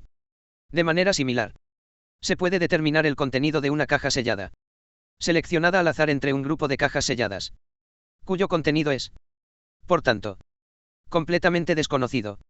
Esto significa que podemos hacer algo más que limitarnos a utilizar los sentidos de otras personas. También podemos usar la propia realidad para obtener información. Por raro que parezca, no debería extremarnos si recordamos que, en un universo holográfico, la consciencia impregna toda la materia y que el significado tiene una presencia activa tanto en el mundo mental como en el físico. Bohm cree que la ubicuidad del significado ofrece una posible explicación tanto para la telepatía como para la visión remota. En su opinión, ambas pueden ser simplemente formas distintas de psicoquinesia. A su juicio. Así como la psicoquinesia es una resonancia de significados que se transmite de la mente al objeto, la telepatía se puede contemplar como una resonancia de significados transmitida de una mente a otra. De manera similar, la visión remota se puede contemplar como una resonancia de significados que se transmite del objeto a la mente. Y añade, cuando se establece la armonía o resonancia de significados, la acción funciona en ambas direcciones de modo que los significados del sistema lejano pueden actuar en el observador para producir una especie de psicoquinesia a la inversa que, en efecto, transmitiría una imagen del sistema al observador. Jan y Dan sostienen una opinión similar, aunque creen que la realidad se establece solamente por la interacción de la consciencia con su entorno. Su interpretación de la consciencia es muy amplia, tal y como ellos la ven. Cualquier cosa capaz de generar, recibir o utilizar información reúne las condiciones para merecer tal nombre. Así, los animales, los virus, el ADN, las máquinas, las artificialmente inteligentes y otras, y los llamados objetos no vivos. Todos ellos pueden tener las propiedades que se requieren para participar en la creación de la realidad. Si tales afirmaciones son ciertas y podemos obtener información no solo de las mentes de otros seres humanos sino también del holograma vivo de la realidad misma, se explicaría también la psicometría o capacidad de obtener información sobre la historia de un objeto tocándolo simplemente. Ese objeto, más que ser inanimado, estaría impregnado por su propia clase de consciencia. En vez de ser una cosa que existe separadamente del universo, formaría parte de la interconexión de todas las cosas. Estaría conectado con los pensamientos de todas las personas que alguna vez se hayan puesto en contacto con él. Conectado con la consciencia que impregna a todos los animales y a todos los objetos que hayan estado alguna vez relacionados con su existencia. Conectado con su propio pasado vía lo implicado y conectado con la mente del psicómetra que lo sostiene. Puedes obtener algo a cambio de nada. Juegan los físicos un papel en la creación de las partículas subatómicas. De momento, El enigma permanece sin respuesta. Pero nuestra capacidad para conectarnos unos con otros y para hacer que aparezcan realidades tan reales como la nuestra no es la única pista que indica que tal vez es así. En efecto, las pruebas de lo milagroso demuestran que apenas hemos empezado a desentrañar siquiera nuestras aptitudes en ese campo. Consideremos la siguiente curación milagrosa que nos cuenta Gardner. En 1982, una doctora inglesa llamada Ruth Kaagin, que trabajaba en Pakistán, recibió la visita de una mujer pakistaní de 35 años llamada Kamro. Kamro estaba embarazada de 8 meses y había sufrido pérdidas de sangre y un dolor abdominal intermitente durante la mayor parte del embarazo. La doctora Kaagin le recomendó que acudiera al hospital inmediatamente. Pero Kamro se negó. Sin embargo, 2 días después tuvo una hemorragia tan grave que ingresó con carácter de urgencia. La doctora Kaagin la examinó y el reconocimiento reveló que había sufrido una pérdida de sangre, muy grande, y que tenía los pies y el abdomen patológicamente hinchados. Al día siguiente, Kamro tuvo otra gran hemorragia, lo que obligó a practicarle una cesárea. Cuando la doctora abrió el útero, salió una cantidad aún más copiosa de sangre negra que continuó manando en grandes cantidades hasta que se hizo evidente que Kamro no tenía materialmente capacidad alguna de coagulación. Cuando Kaagin entregó el bebé, una niña sana, a la madre, la cama estaba llena de charcos profundos de sangre no coagulada, que seguía fluyendo de la abertura. La doctora se las arregló para conseguir 1 litro de sangre y hacer una transfusión a la mujer, que tenía una anemia grave. Pero no era suficiente para sustituir la cantidad asombrosa que había perdido. Como no tenía otra opción, la doctora recurrió a la oración. Escribe. Rezamos con la paciente tras explicarle quién era Jesús y decirle que era un gran sanador y que habíamos rezado por ella en nombre de Jesús antes de la operación. También le dije que no debíamos preocuparnos. Yo había visto a Jesús curar ese mal antes y estaba segura de que él iba a curarla a ella. Después esperaron. Durante las horas siguientes, Kamro siguió sangrando. Pero su situación en general se estabilizó, en vez de empeorar. Aquella noche la doctora Kaagin rezó otra vez con Kamro y, aunque continuaba sin disminuir la intensa hemorragia, parecía que la pérdida no le afectaba. 48 horas después de la operación, la sangre empezó a coagular por fin y Kamro comenzó a recuperarse. 10 días después se fue a casa con su bebé. Aunque Kaagin no tenía forma de medir la pérdida real de sangre de Kamro, no dudaba de que la joven madre había perdido más de su volumen total de sangre durante la operación y el intenso sangrado que siguió. Gardner confirmó esa opinión tras examinar la documentación del caso. El problema que conlleva tal afirmación es que los seres humanos no pueden producir sangre nueva con la rapidez suficiente como para cubrir esas pérdidas fatales. Si pudieran, muy poca gente se moriría desangrada. Esto nos deja con la conclusión inquietante de que la nueva sangre de Kamro debió de materializarse de la nada. La capacidad para crear una partícula infinitesimal o 2 palidece en comparación con la materialización de los 5 o 6 litros de sangre que se necesitan para rellenar un cuerpo humano medio. Pero la sangre no es lo único que podemos crear de la nada. En junio de 1974, mientras viajaba por Timor Oriental, una pequeña isla al este de Indonesia, Watson se encontró con un ejemplo de materialización igualmente desconcertante.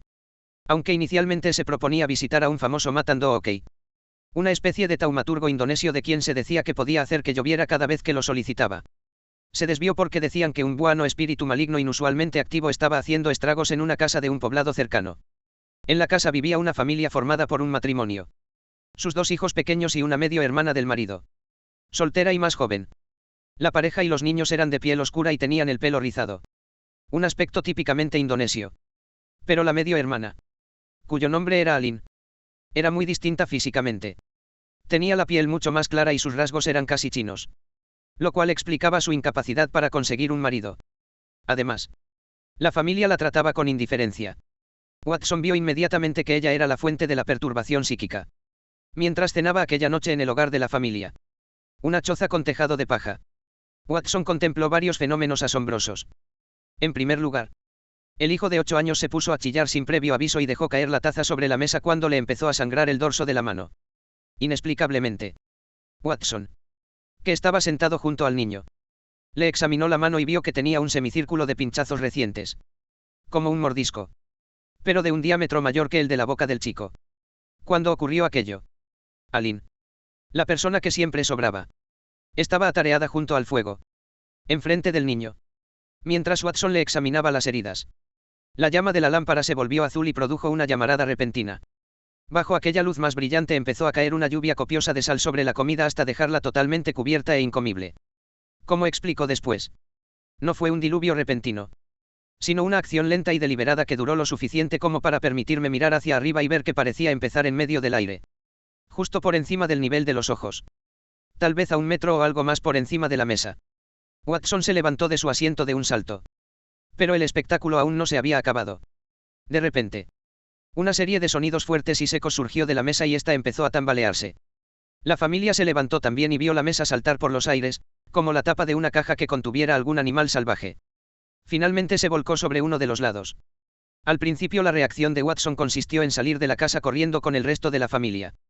Pero, en cuanto recuperó el control, regresó y buscó por la habitación alguna prueba de algún truco que pudiera explicar lo ocurrido.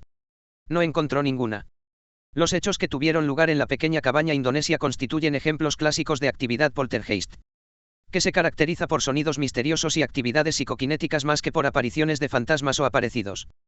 Como los poltergeist tienden a centrarse alrededor de personas, Alien en este caso, más que de sitios.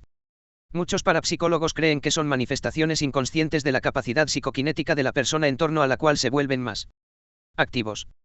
La materialización tiene también una historia larga e ilustre en los anales de la investigación sobre el fenómeno poltergeist. Por ejemplo, A. K. G. Owen, profesor de matemáticas y miembro de la junta rectora del Trinity College de Cambridge, en su obra clásica sobre el tema Can we explore the poltergeist? 13, ofrece numerosos ejemplos de objetos que se materializan de la nada en casos de poltergeist, desde el año 530 después de Cristo hasta los tiempos modernos. No obstante, los objetos que se materializan con más frecuencia son piedras pequeñas en vez de sal. En la introducción comenté que he experimentado de primera mano muchos de los fenómenos paranormales que se tratan en el libro y que iba a contar unas cuantas experiencias propias. Así pues, ha llegado el momento de desembuchar y confesar que sé muy bien cómo se debió de sentir Watson tras contemplar la repentina embestida de actividad psicoquinética en la pequeña cabaña indonesia. Porque cuando yo era pequeño, la casa a la que se acababa de mudar mi familia, una casa nueva que habían construido mis padres, se convirtió en lugar de visitas activas de poltergeist. Como nuestro poltergeist dejó la casa de mi familia y me siguió cuando me fui a la universidad. Y como parecía que su actividad estaba conectada de un modo definitivo con mi estado de ánimo, sus travesuras eran más maliciosas cuando yo estaba enfadado o tenía bajo el ánimo y más endiabladas y caprichosas cuando me sentía de magnífico humor. Siempre he aceptado la tesis de que los poltergeist son manifestaciones de la capacidad psicoquinética inconsciente de la persona alrededor de la cual son más activos. La conexión con mis emociones era patente con mucha frecuencia. Si yo estaba de buen humor, podía despertarme y encontrar todos mis calcetines tendidos sobre las plantas de la casa. Pero si mi estado de ánimo era más apagado, el poltergeist podía manifestarse lanzando un objeto pequeño por la habitación o incluso rompiendo algo. Como ocurrió en alguna ocasión. Durante años, tanto yo como diversos amigos y miembros de mi familia fuimos testigos de una amplia gama de actividades psicoquinéticas. Mi madre dice incluso que cuando yo era un crío que empezaba a andar, un día se empezaron a caer cacerolas y sartenes al suelo inexplicablemente desde el centro de la mesa de la cocina. He escrito acerca de esas experiencias en mi libro Más allá de la teoría cuántica. No hago estas revelaciones a la ligera.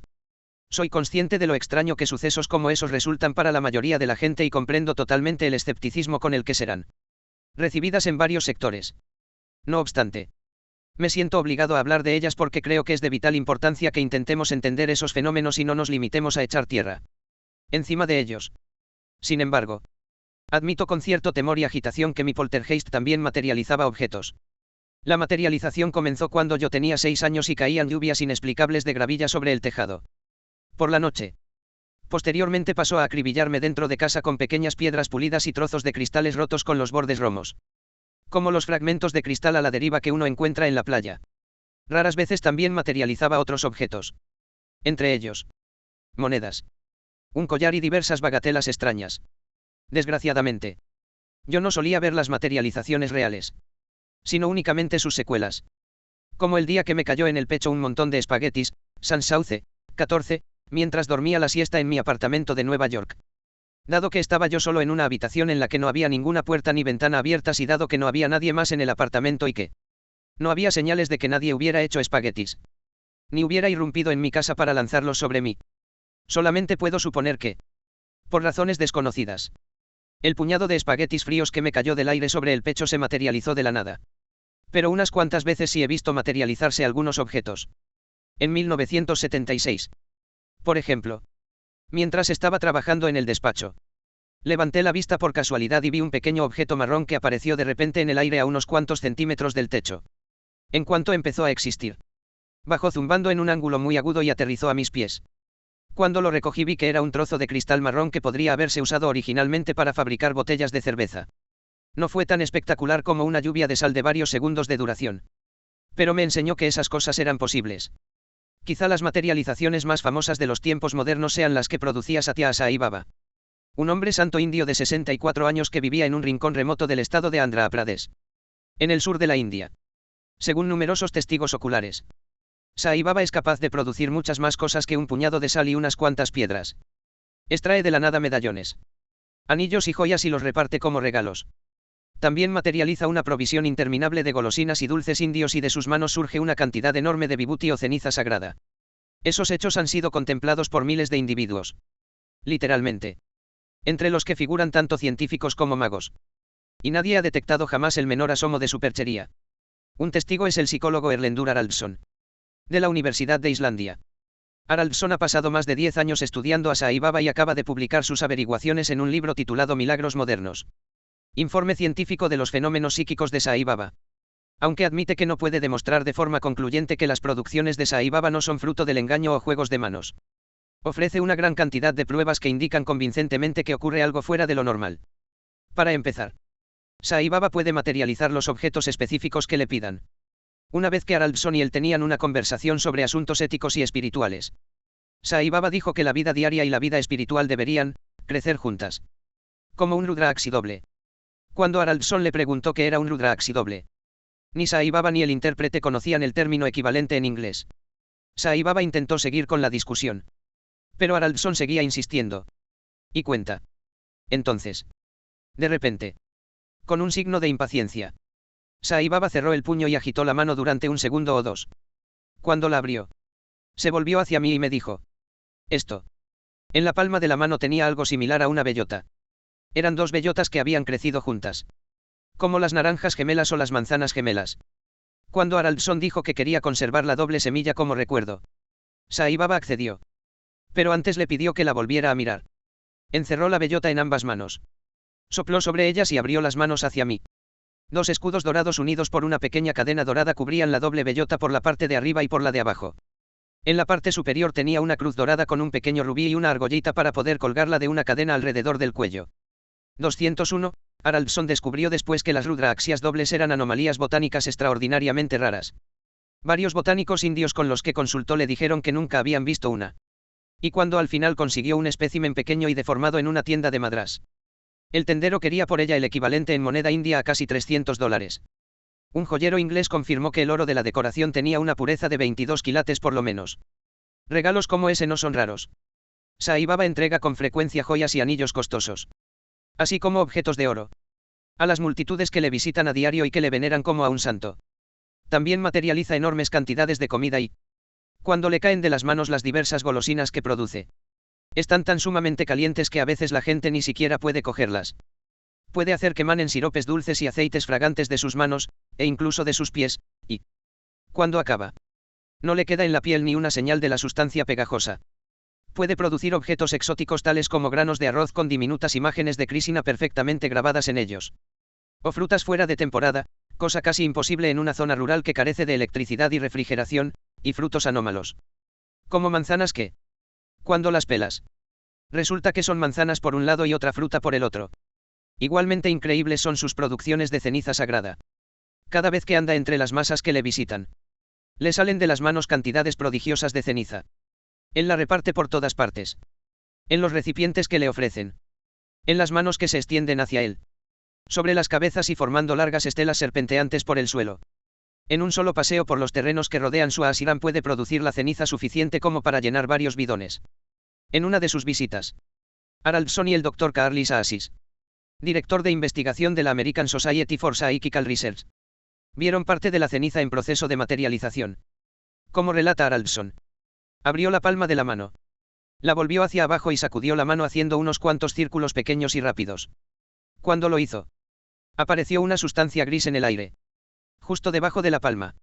El Dr. Assis, que estaba sentado un poco más cerca, Observó que la materia apareció primero en forma de gránulos, que al ser tocados se desmenuzaban convertidos en ceniza, y podrían haberse desintegrado antes si Sai Baba los hubiera producido mediante un truco de manos que nosotros no pudimos detectar. Haraldson señala que las manifestaciones de Sai Baba no son producto de una hipnosis masiva, pues él permite que se filmen libremente sus exhibiciones al aire libre y en la película aparece todo lo que hace. Asimismo, la producción de objetos específicos, la rareza de algunos de ellos, lo caliente que está la comida y el puro volumen de las materializaciones parecen ir en contra de la posibilidad del engaño. Haraldson señala también que nadie nunca ha salido con alguna prueba creíble de que Sai Baba está amañando sus aptitudes. Además, Sai Baba ha estado produciendo un chorro continuo de objetos durante medio siglo. Desde que tenía 14 años. Hecho que atestigua tanto el volumen de materializaciones como su reputación intachable. Produce Sai Baba objetos de la nada. El veredicto está en el aire. De momento. Pero Haraldson dice claramente cuál es su posición. Cree que las demostraciones de Sai Baba nos recuerdan el enorme potencial latente en algún sitio que acaso tenemos todos los seres humanos. En la India no son desconocidas las noticias de personas capaces de materializar objetos. En su libro Autobiografía de un Yogi, Paramahansa Yogananda, 1893 a 1952. El primer santón eminente de la India que estableció su residencia permanente en Occidente. Describe sus reuniones con varios ascetas indios que podían materializar frutas fuera de temporada, platos de oro y otros objetos. Es interesante que Yogananda advirtiera que tales poderes, o siddhis, no constituyen siempre una prueba de que quien los posee es una persona evolucionada espiritualmente. El mundo no es sino un sueño objetivizado, dice Yogananda. Y aquello en lo que crea intensamente tu mente poderosa ocurrirá al instante. Han descubierto esas personas una forma de aprovechar el mar inmenso de energía cósmica que según Bohm llena cada centímetro cúbico del espacio vacío. Una serie extraordinaria de materializaciones que ha sido objeto de una verificación mayor aún que la que Haraldson otorgó a Sai Baba fue la producida por Teresa Neumann. Además de los estigmas, Neumann poseía también el don de la inedia. La capacidad, fuera de lo normal, de vivir sin comer. Empezó en 1923, cuando transfirió la enfermedad de garganta de un joven sacerdote a su propio cuerpo y subsistió solo con líquidos durante varios años. Después, en 1927, dejó totalmente la comida y el agua. Cuando el obispo local de Regensburg oyó hablar del ayuno de Teresa Neumann, envió una comisión a su casa para que investigara. Del 14 al 29 de julio de 1927 y bajo la supervisión de un médico llamado Sidal, 4 enfermeras franciscanas examinaron todos sus movimientos. La observaron día y noche y medían y pesaban cuidadosamente el agua que usaba para lavarse y para aclararse la boca. Las hermanas descubrieron varias cosas inusuales sobre ella. Nunca fue al baño, después de un periodo de 6 semanas solo evacuó el vientre una vez y el excremento, examinado por un tal Dr. Reismans, contenía únicamente una pequeña cantidad de moco y bilis. Pero ningún resto de comida. Tampoco mostraba signos de deshidratación. Aun cuando el ser humano expele una media diaria de unos 400 gramos de agua en el aire que exhala y una cantidad similar a través de los poros. Y su peso permanecía constante. Aunque perdía casi 4,5 kilos de sangre, durante la apertura semanal de los estigmas. Su peso volvía a la normalidad un día o dos después.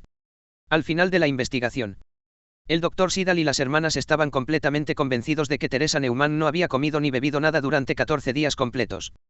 La prueba parece concluyente. Porque mientras que el cuerpo humano puede sobrevivir 14 días sin comer, es muy raro que pudiera sobrevivir sin agua la mitad de ese tiempo. No obstante, eso no era nada para ella. Ni comió ni bebió nada durante los siguientes 35 años. Así pues, según parece, no solo materializaba la enorme cantidad de sangre que necesitaba para perpetuar los estigmas, sino que también materializaba regularmente el agua y los nutrientes que necesitaba para estar viva y con buena salud. La inedia no es una capacidad exclusiva de Neumann. En los fenómenos físicos del misticismo, Thurston cita varios ejemplos de estigmatizados que estuvieron años sin comer ni beber. La materialización puede ser más común de lo que pensamos. En la literatura sobre hechos milagrosos abundan los informes convincentes de cosas que sangran, como estatuas, pinturas, iconos y hasta rocas con significación histórica o religiosa. También hay docenas de relatos de madhanas y otros iconos que derraman lágrimas. En 1953 una epidemia literal de madhanas llorosas, 205, barrió Italia. Y en la India, unos seguidores de Sai Baba enseñaron a Haraldson imágenes de ascetas exudando ceniza sagrada de forma milagrosa. Cambia todo el panorama. En cierto modo, la materialización pone en cuestión las ideas convencionales sobre la realidad. Sobre todo porque Aunque no nos cuesta mucho ir encajando cosas como la peca en nuestra visión actual del mundo. La creación de un objeto de la nada sacude los cimientos mismos de dicha visión. No obstante, eso no es todo lo que la mente puede hacer. Hasta ahora hemos visto milagros que afectaban solo a partes de la realidad. Ejemplos de personas que movían partes de la realidad mediante la psicoquinesia. O que alteraban partes, las leyes de la física, para hacerse inmunes al fuego. O que materializaban partes, sangre, sal, piedras, joyas, ceniza, alimentos y lágrimas. Pero si la realidad es un todo continuo, ¿por qué los milagros aparentemente solo afectan a partes de la misma? Si los milagros son ejemplos de capacidades mentales latentes. La respuesta es que estamos programados internamente para ver el mundo en términos de partes. Esto significa que si no tuviéramos tan inculcado el pensar en términos de partes, si contempláramos el mundo de forma diferente, los milagros también serían diferentes. En vez de encontrar tantos ejemplos de milagros en los que se transforman partes de la realidad, encontraríamos más ejemplos en los que se transformaría la realidad entera. De hecho, existen unos cuantos ejemplos, pero son raros y ponen en entredicho nuestras ideas convencionales sobre la realidad más seriamente aún que las materializaciones. Watson nos proporciona uno de tales ejemplos. Mientras estaba en Indonesia, se encontró también con otra mujer joven que tenía poderes. El nombre de la mujer era Tia y sus poderes, a diferencia de los de Alin, no parecían ser una manifestación de dotes psíquicas inconscientes. Por el contrario, estaban controlados conscientemente y surgían de la conexión natural de Tia con las fuerzas que yacen latentes en la mayoría de nosotros. En resumen, Tia era una chamán en proceso de formación. Watson fue testigo de muchos ejemplos de sus aptitudes. La vio hacer curaciones milagrosas y, una vez que estaba metida en una lucha de poder con el líder religioso de los musulmanes locales, la vio usar el poder de la mente para prender fuego al alminar de la mezquita local. Una de sus demostraciones más pasmosas la presenció por casualidad cuando se encontró a Tia hablando con una niña en un bosquecillo sombrío de Kenaris. Aún desde la distancia, Watson pudo deducir por los gestos que Tia estaba intentando comunicar algo importante a la niña. Aunque no podía oír la conversación, su aire de frustración le permitió colegir que no estaba teniendo éxito. Al final, pareció que tuvo una idea y empezó un baile misterioso. Watson siguió observando hechizado mientras ella gesticulaba hacia los árboles. Y aunque parecía que apenas se movía, había algo hipnótico en sus gesticulaciones sutiles. Entonces hizo algo que sorprendió y consternó a Watson. Hizo que el bosque entero de árboles desapareciera de repente. ¿Cómo afirma Watson? En un momento, Tia bailaba en un bosquecillo umbrío de Kenaris. En el siguiente, estaba sola bajo la luz brillante y cegadora del sol. Unos segundos después hizo que el bosquecillo reapareciera y, por la forma en que la niña empezó a saltar y a correr tocando los árboles, Watson estaba seguro de que también había compartido la experiencia. Pero Tia no había acabado. Hizo que el bosquecillo desapareciera y apareciera varias veces más.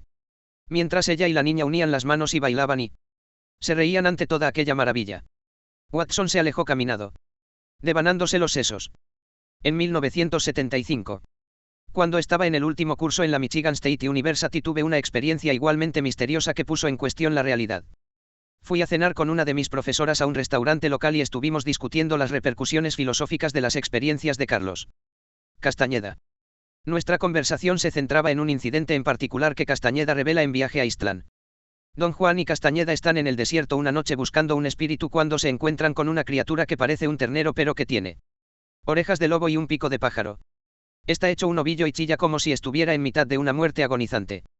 Al principio Castañeda está aterrorizado. Pero después de decirse a sí mismo que lo que está viendo seguramente no es real, su visión cambia y ve que el espíritu moribundo es en realidad la rama de un árbol caído que tiembla en mitad del viento. Castañeda señala la verdadera identidad de la cosa con orgullo. Pero, como siempre, el viejo chamán Yaaki le reprende. Le dice que la rama era un espíritu moribundo mientras estaba vivo. Pero se transformó en una rama de árbol cuando Castañeda dudó de su existencia. Sin embargo, recalca que ambas realidades eran igualmente reales. En mi conversación con la profesora, le confesaba que me intrigaba la afirmación de Don Juan de que dos realidades mutuamente excluyentes pudieran ser reales y que me parecía que la idea podía explicar muchos acontecimientos paranormales. Momentos después de discutir ese incidente, abandonamos el restaurante y decidimos dar un paseo puesto que hacía una noche clara de verano. Mientras seguíamos hablando, me percaté de que había un pequeño grupo de gente andando delante de nosotros. Hablaban en un idioma extraño e irreconocible y parecía que estaban borrachos, a juzgar por su conducta ruidosa y bulliciosa. Además, una de las mujeres llevaba un paraguas verde. Lo cual era extraño porque el cielo estaba totalmente despejado y no había predicciones de lluvia. Como no queríamos chocar con el grupo, retrocedimos un poco. ¿Y cuando lo hicimos? La mujer empezó de repente a balancear el paraguas de una forma salvaje y errática. Trazaba enormes arcos en el aire y varias veces estuvo a punto de rozarnos con la punta del paraguas cuando giraba en redondo. Aflojamos el paso aún más.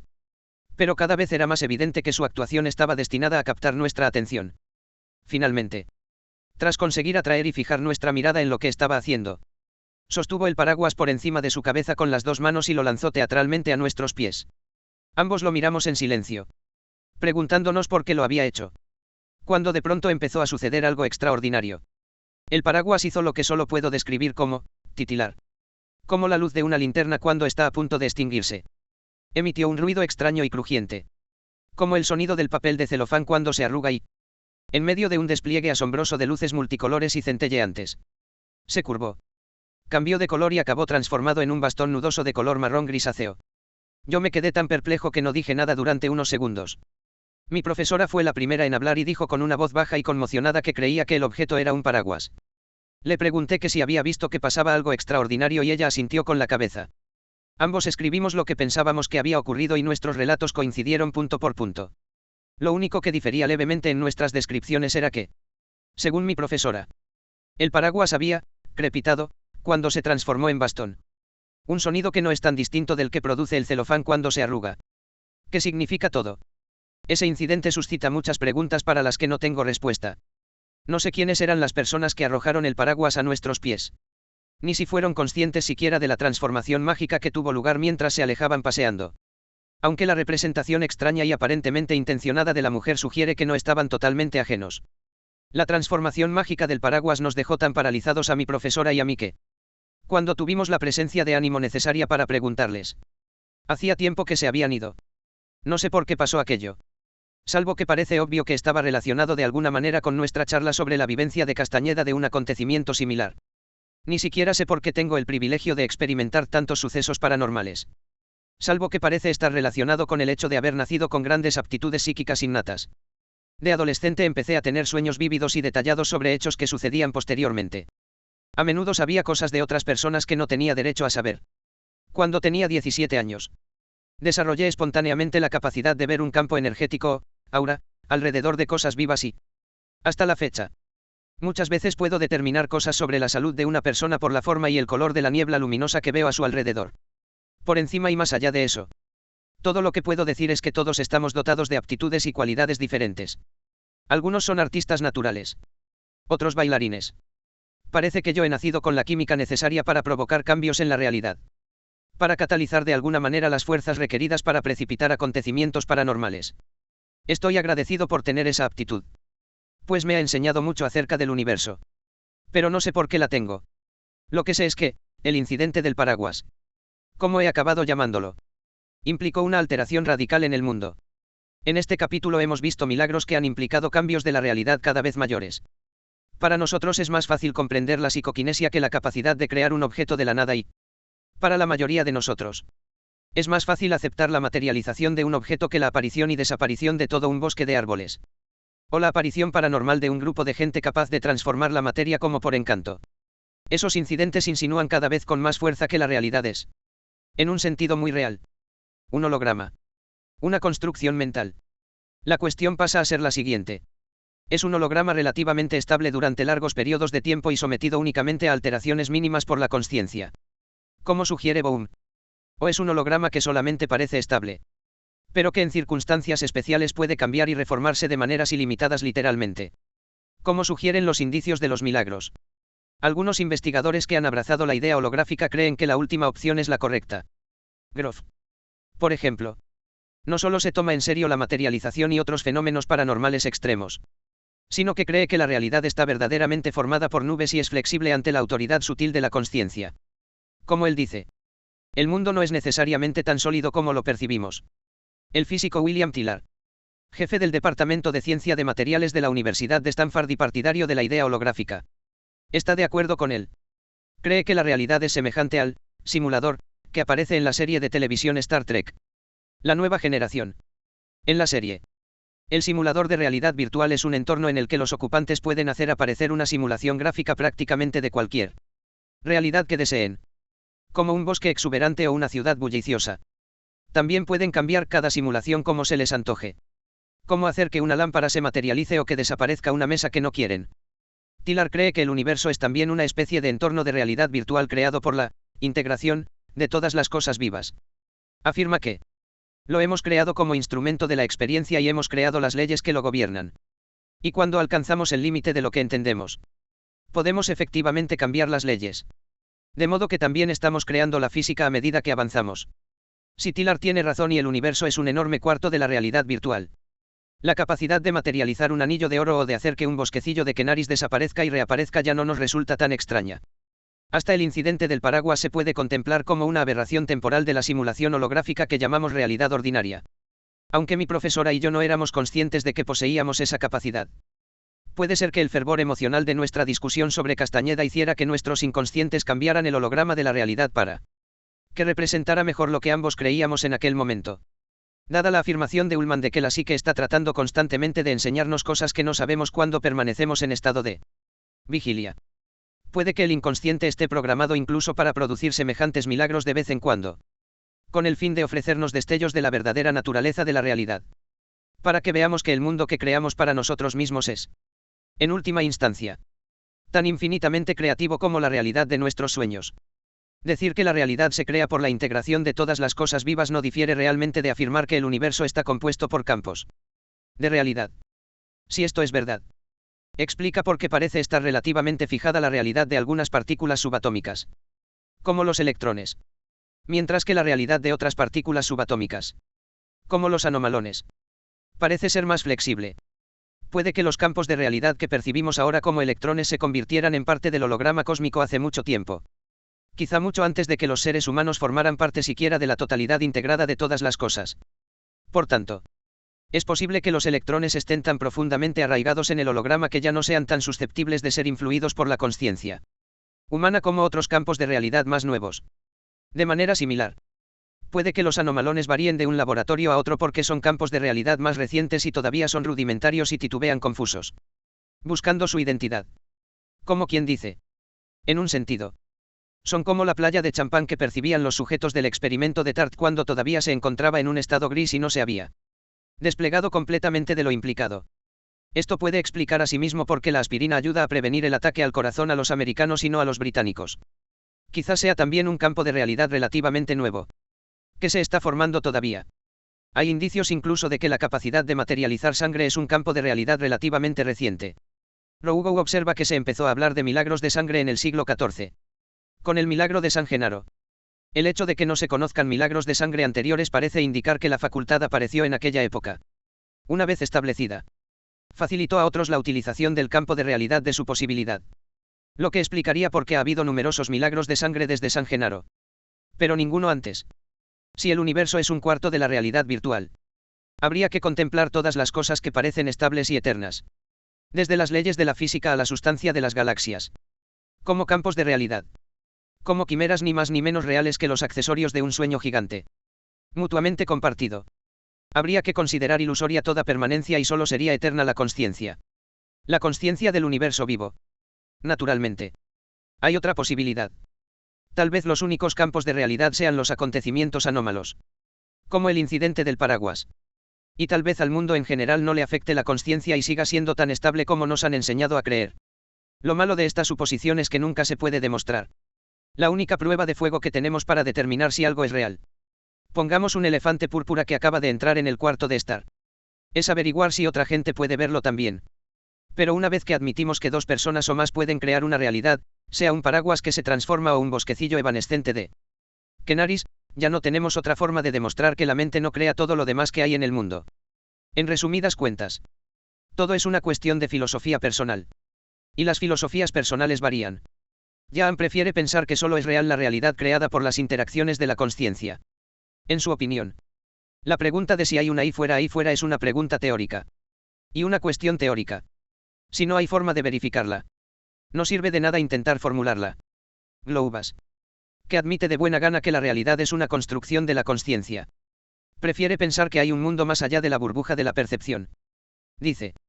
Me atraen las buenas teorías y una buena teoría postula la existencia. Reconoce. Sin embargo, que eso es meramente lo que se inclina a pensar él. Pero que no hay forma empírica de demostrar una suposición semejante. En cuanto a mí se refiere. Como resultado de mis propias experiencias. Estoy de acuerdo con Don Juan cuando afirma. Somos perceptores. Nos damos cuenta. No somos objetos. No tenemos solidez. No tenemos límites. El mundo de los objetos y la solidez es una forma de hacer nuestro paso por la Tierra más conveniente. Es solo una descripción creada para ayudarnos. Nosotros. O mejor dicho. Nuestra razón. Olvida que la descripción es solamente una descripción. Y así atrapamos la totalidad de nosotros mismos en un círculo vicioso del que rara vez salimos en vida. Dicho de otra forma. No hay ninguna realidad por encima o más allá de la realidad creada por la integración de todas las consciencias. El universo holográfico puede ser creado potencialmente por la mente de un sinfín de maneras. En caso de que eso sea cierto. Las leyes de la física y la sustancia de las galaxias no son las únicas cosas que son campos de realidad. Deberíamos considerar que nuestro cuerpo incluso. El instrumento de nuestra consciencia en esta vida. No es ni más ni menos real que los anomalones o las playas de champán. O como afirma Kate Floyd. Un psicólogo del Virginia Intermount College y otra de las personas que respaldan la idea holográfica. En contra de lo que todo el mundo sabe que es así. Quizá no sea el cerebro el que produce la consciencia. Sino más bien la consciencia la que crea la apariencia del cerebro. La materia. El espacio. El tiempo y todo lo que nos gusta interpretar como universo físico. Esto es quizá lo más perturbador de todo. Porque estamos tan profundamente convencidos de que nuestros cuerpos son sólidos y objetivamente reales. Que nos cuesta incluso prestar atención a la idea de que tal vez también nosotros no somos sino quimeras. Ahora bien. Hay datos concluyentes de que es así. Otro fenómeno que se asocia muchas veces con los santos es la bilocalización. O capacidad de estar en dos sitios a la vez. Según Haraldson. Sai Baba la supera. Numerosos testigos han contado que le han visto chasquear los dedos y desaparecer para reaparecer instantáneamente unos 100 metros más allá. O más. Hechos como este indican claramente que nuestros cuerpos no son objetos. Sino proyecciones holográficas que pueden desaparecer de un lugar y reaparecer en otro en un abrir y cerrar de ojos. Con la misma facilidad con que una imagen puede desaparecer y reaparecer en una pantalla de vídeo. Hay otro episodio que pone de relieve la naturaleza holográfica e inmaterial del cuerpo y se puede encontrar entre los fenómenos que llevó a cabo un medium islandés llamado Indriði Indridason. En 1905. Varios científicos destacados de Islandia decidieron investigar lo paranormal y eligieron a Indridason como uno de los sujetos de sus investigaciones. En aquella época, Indridason era un patán sin experiencia en cosas psíquicas. Pero pronto demostró que era un medium extraordinariamente dotado. Podía entrar en trance rápidamente y realizar demostraciones espectaculares de psicoquinesia. Pero lo más extraño de todo era que a veces, mientras estaba sumido en un trance profundo, se le desmaterializaban por completo diferentes partes del cuerpo. Como contemplaron atónitos los científicos. Se le desvanecía un brazo o una mano hasta que dejaba de existir. Para volver a materializarse antes de que se despertara. Hechos semejantes nos ofrecen de nuevo un destello seductor de las inmensas potencialidades que podrían estar latentes en todos nosotros. Como hemos visto ya, la ciencia se muestra completamente incapaz de explicar los diversos fenómenos que hemos examinado en este capítulo con arreglo a su interpretación actual del universo y, por tanto, no le queda otra opción que prescindir de ellos. No obstante, si investigadores como Groff y Tillard tienen razón y la mente es capaz de interferir en el orden implicado, la placa holográfica que da origen al holograma que llamamos el universo, y crear así la realidad o las leyes físicas que quiera, entonces no solo son posibles todas esas cosas, sino prácticamente todo. Si esto es verdad, la solidez aparente del mundo es solo una pequeña parte de lo que nuestra percepción tiene a su disposición. Aunque la mayoría de nosotros estamos verdaderamente atrapados en nuestra descripción actual del universo. Hay unas cuantas personas con capacidad para ver más allá de la solidez del mundo. En el siguiente capítulo echaremos un vistazo a algunas de ellas y examinaremos lo que ven.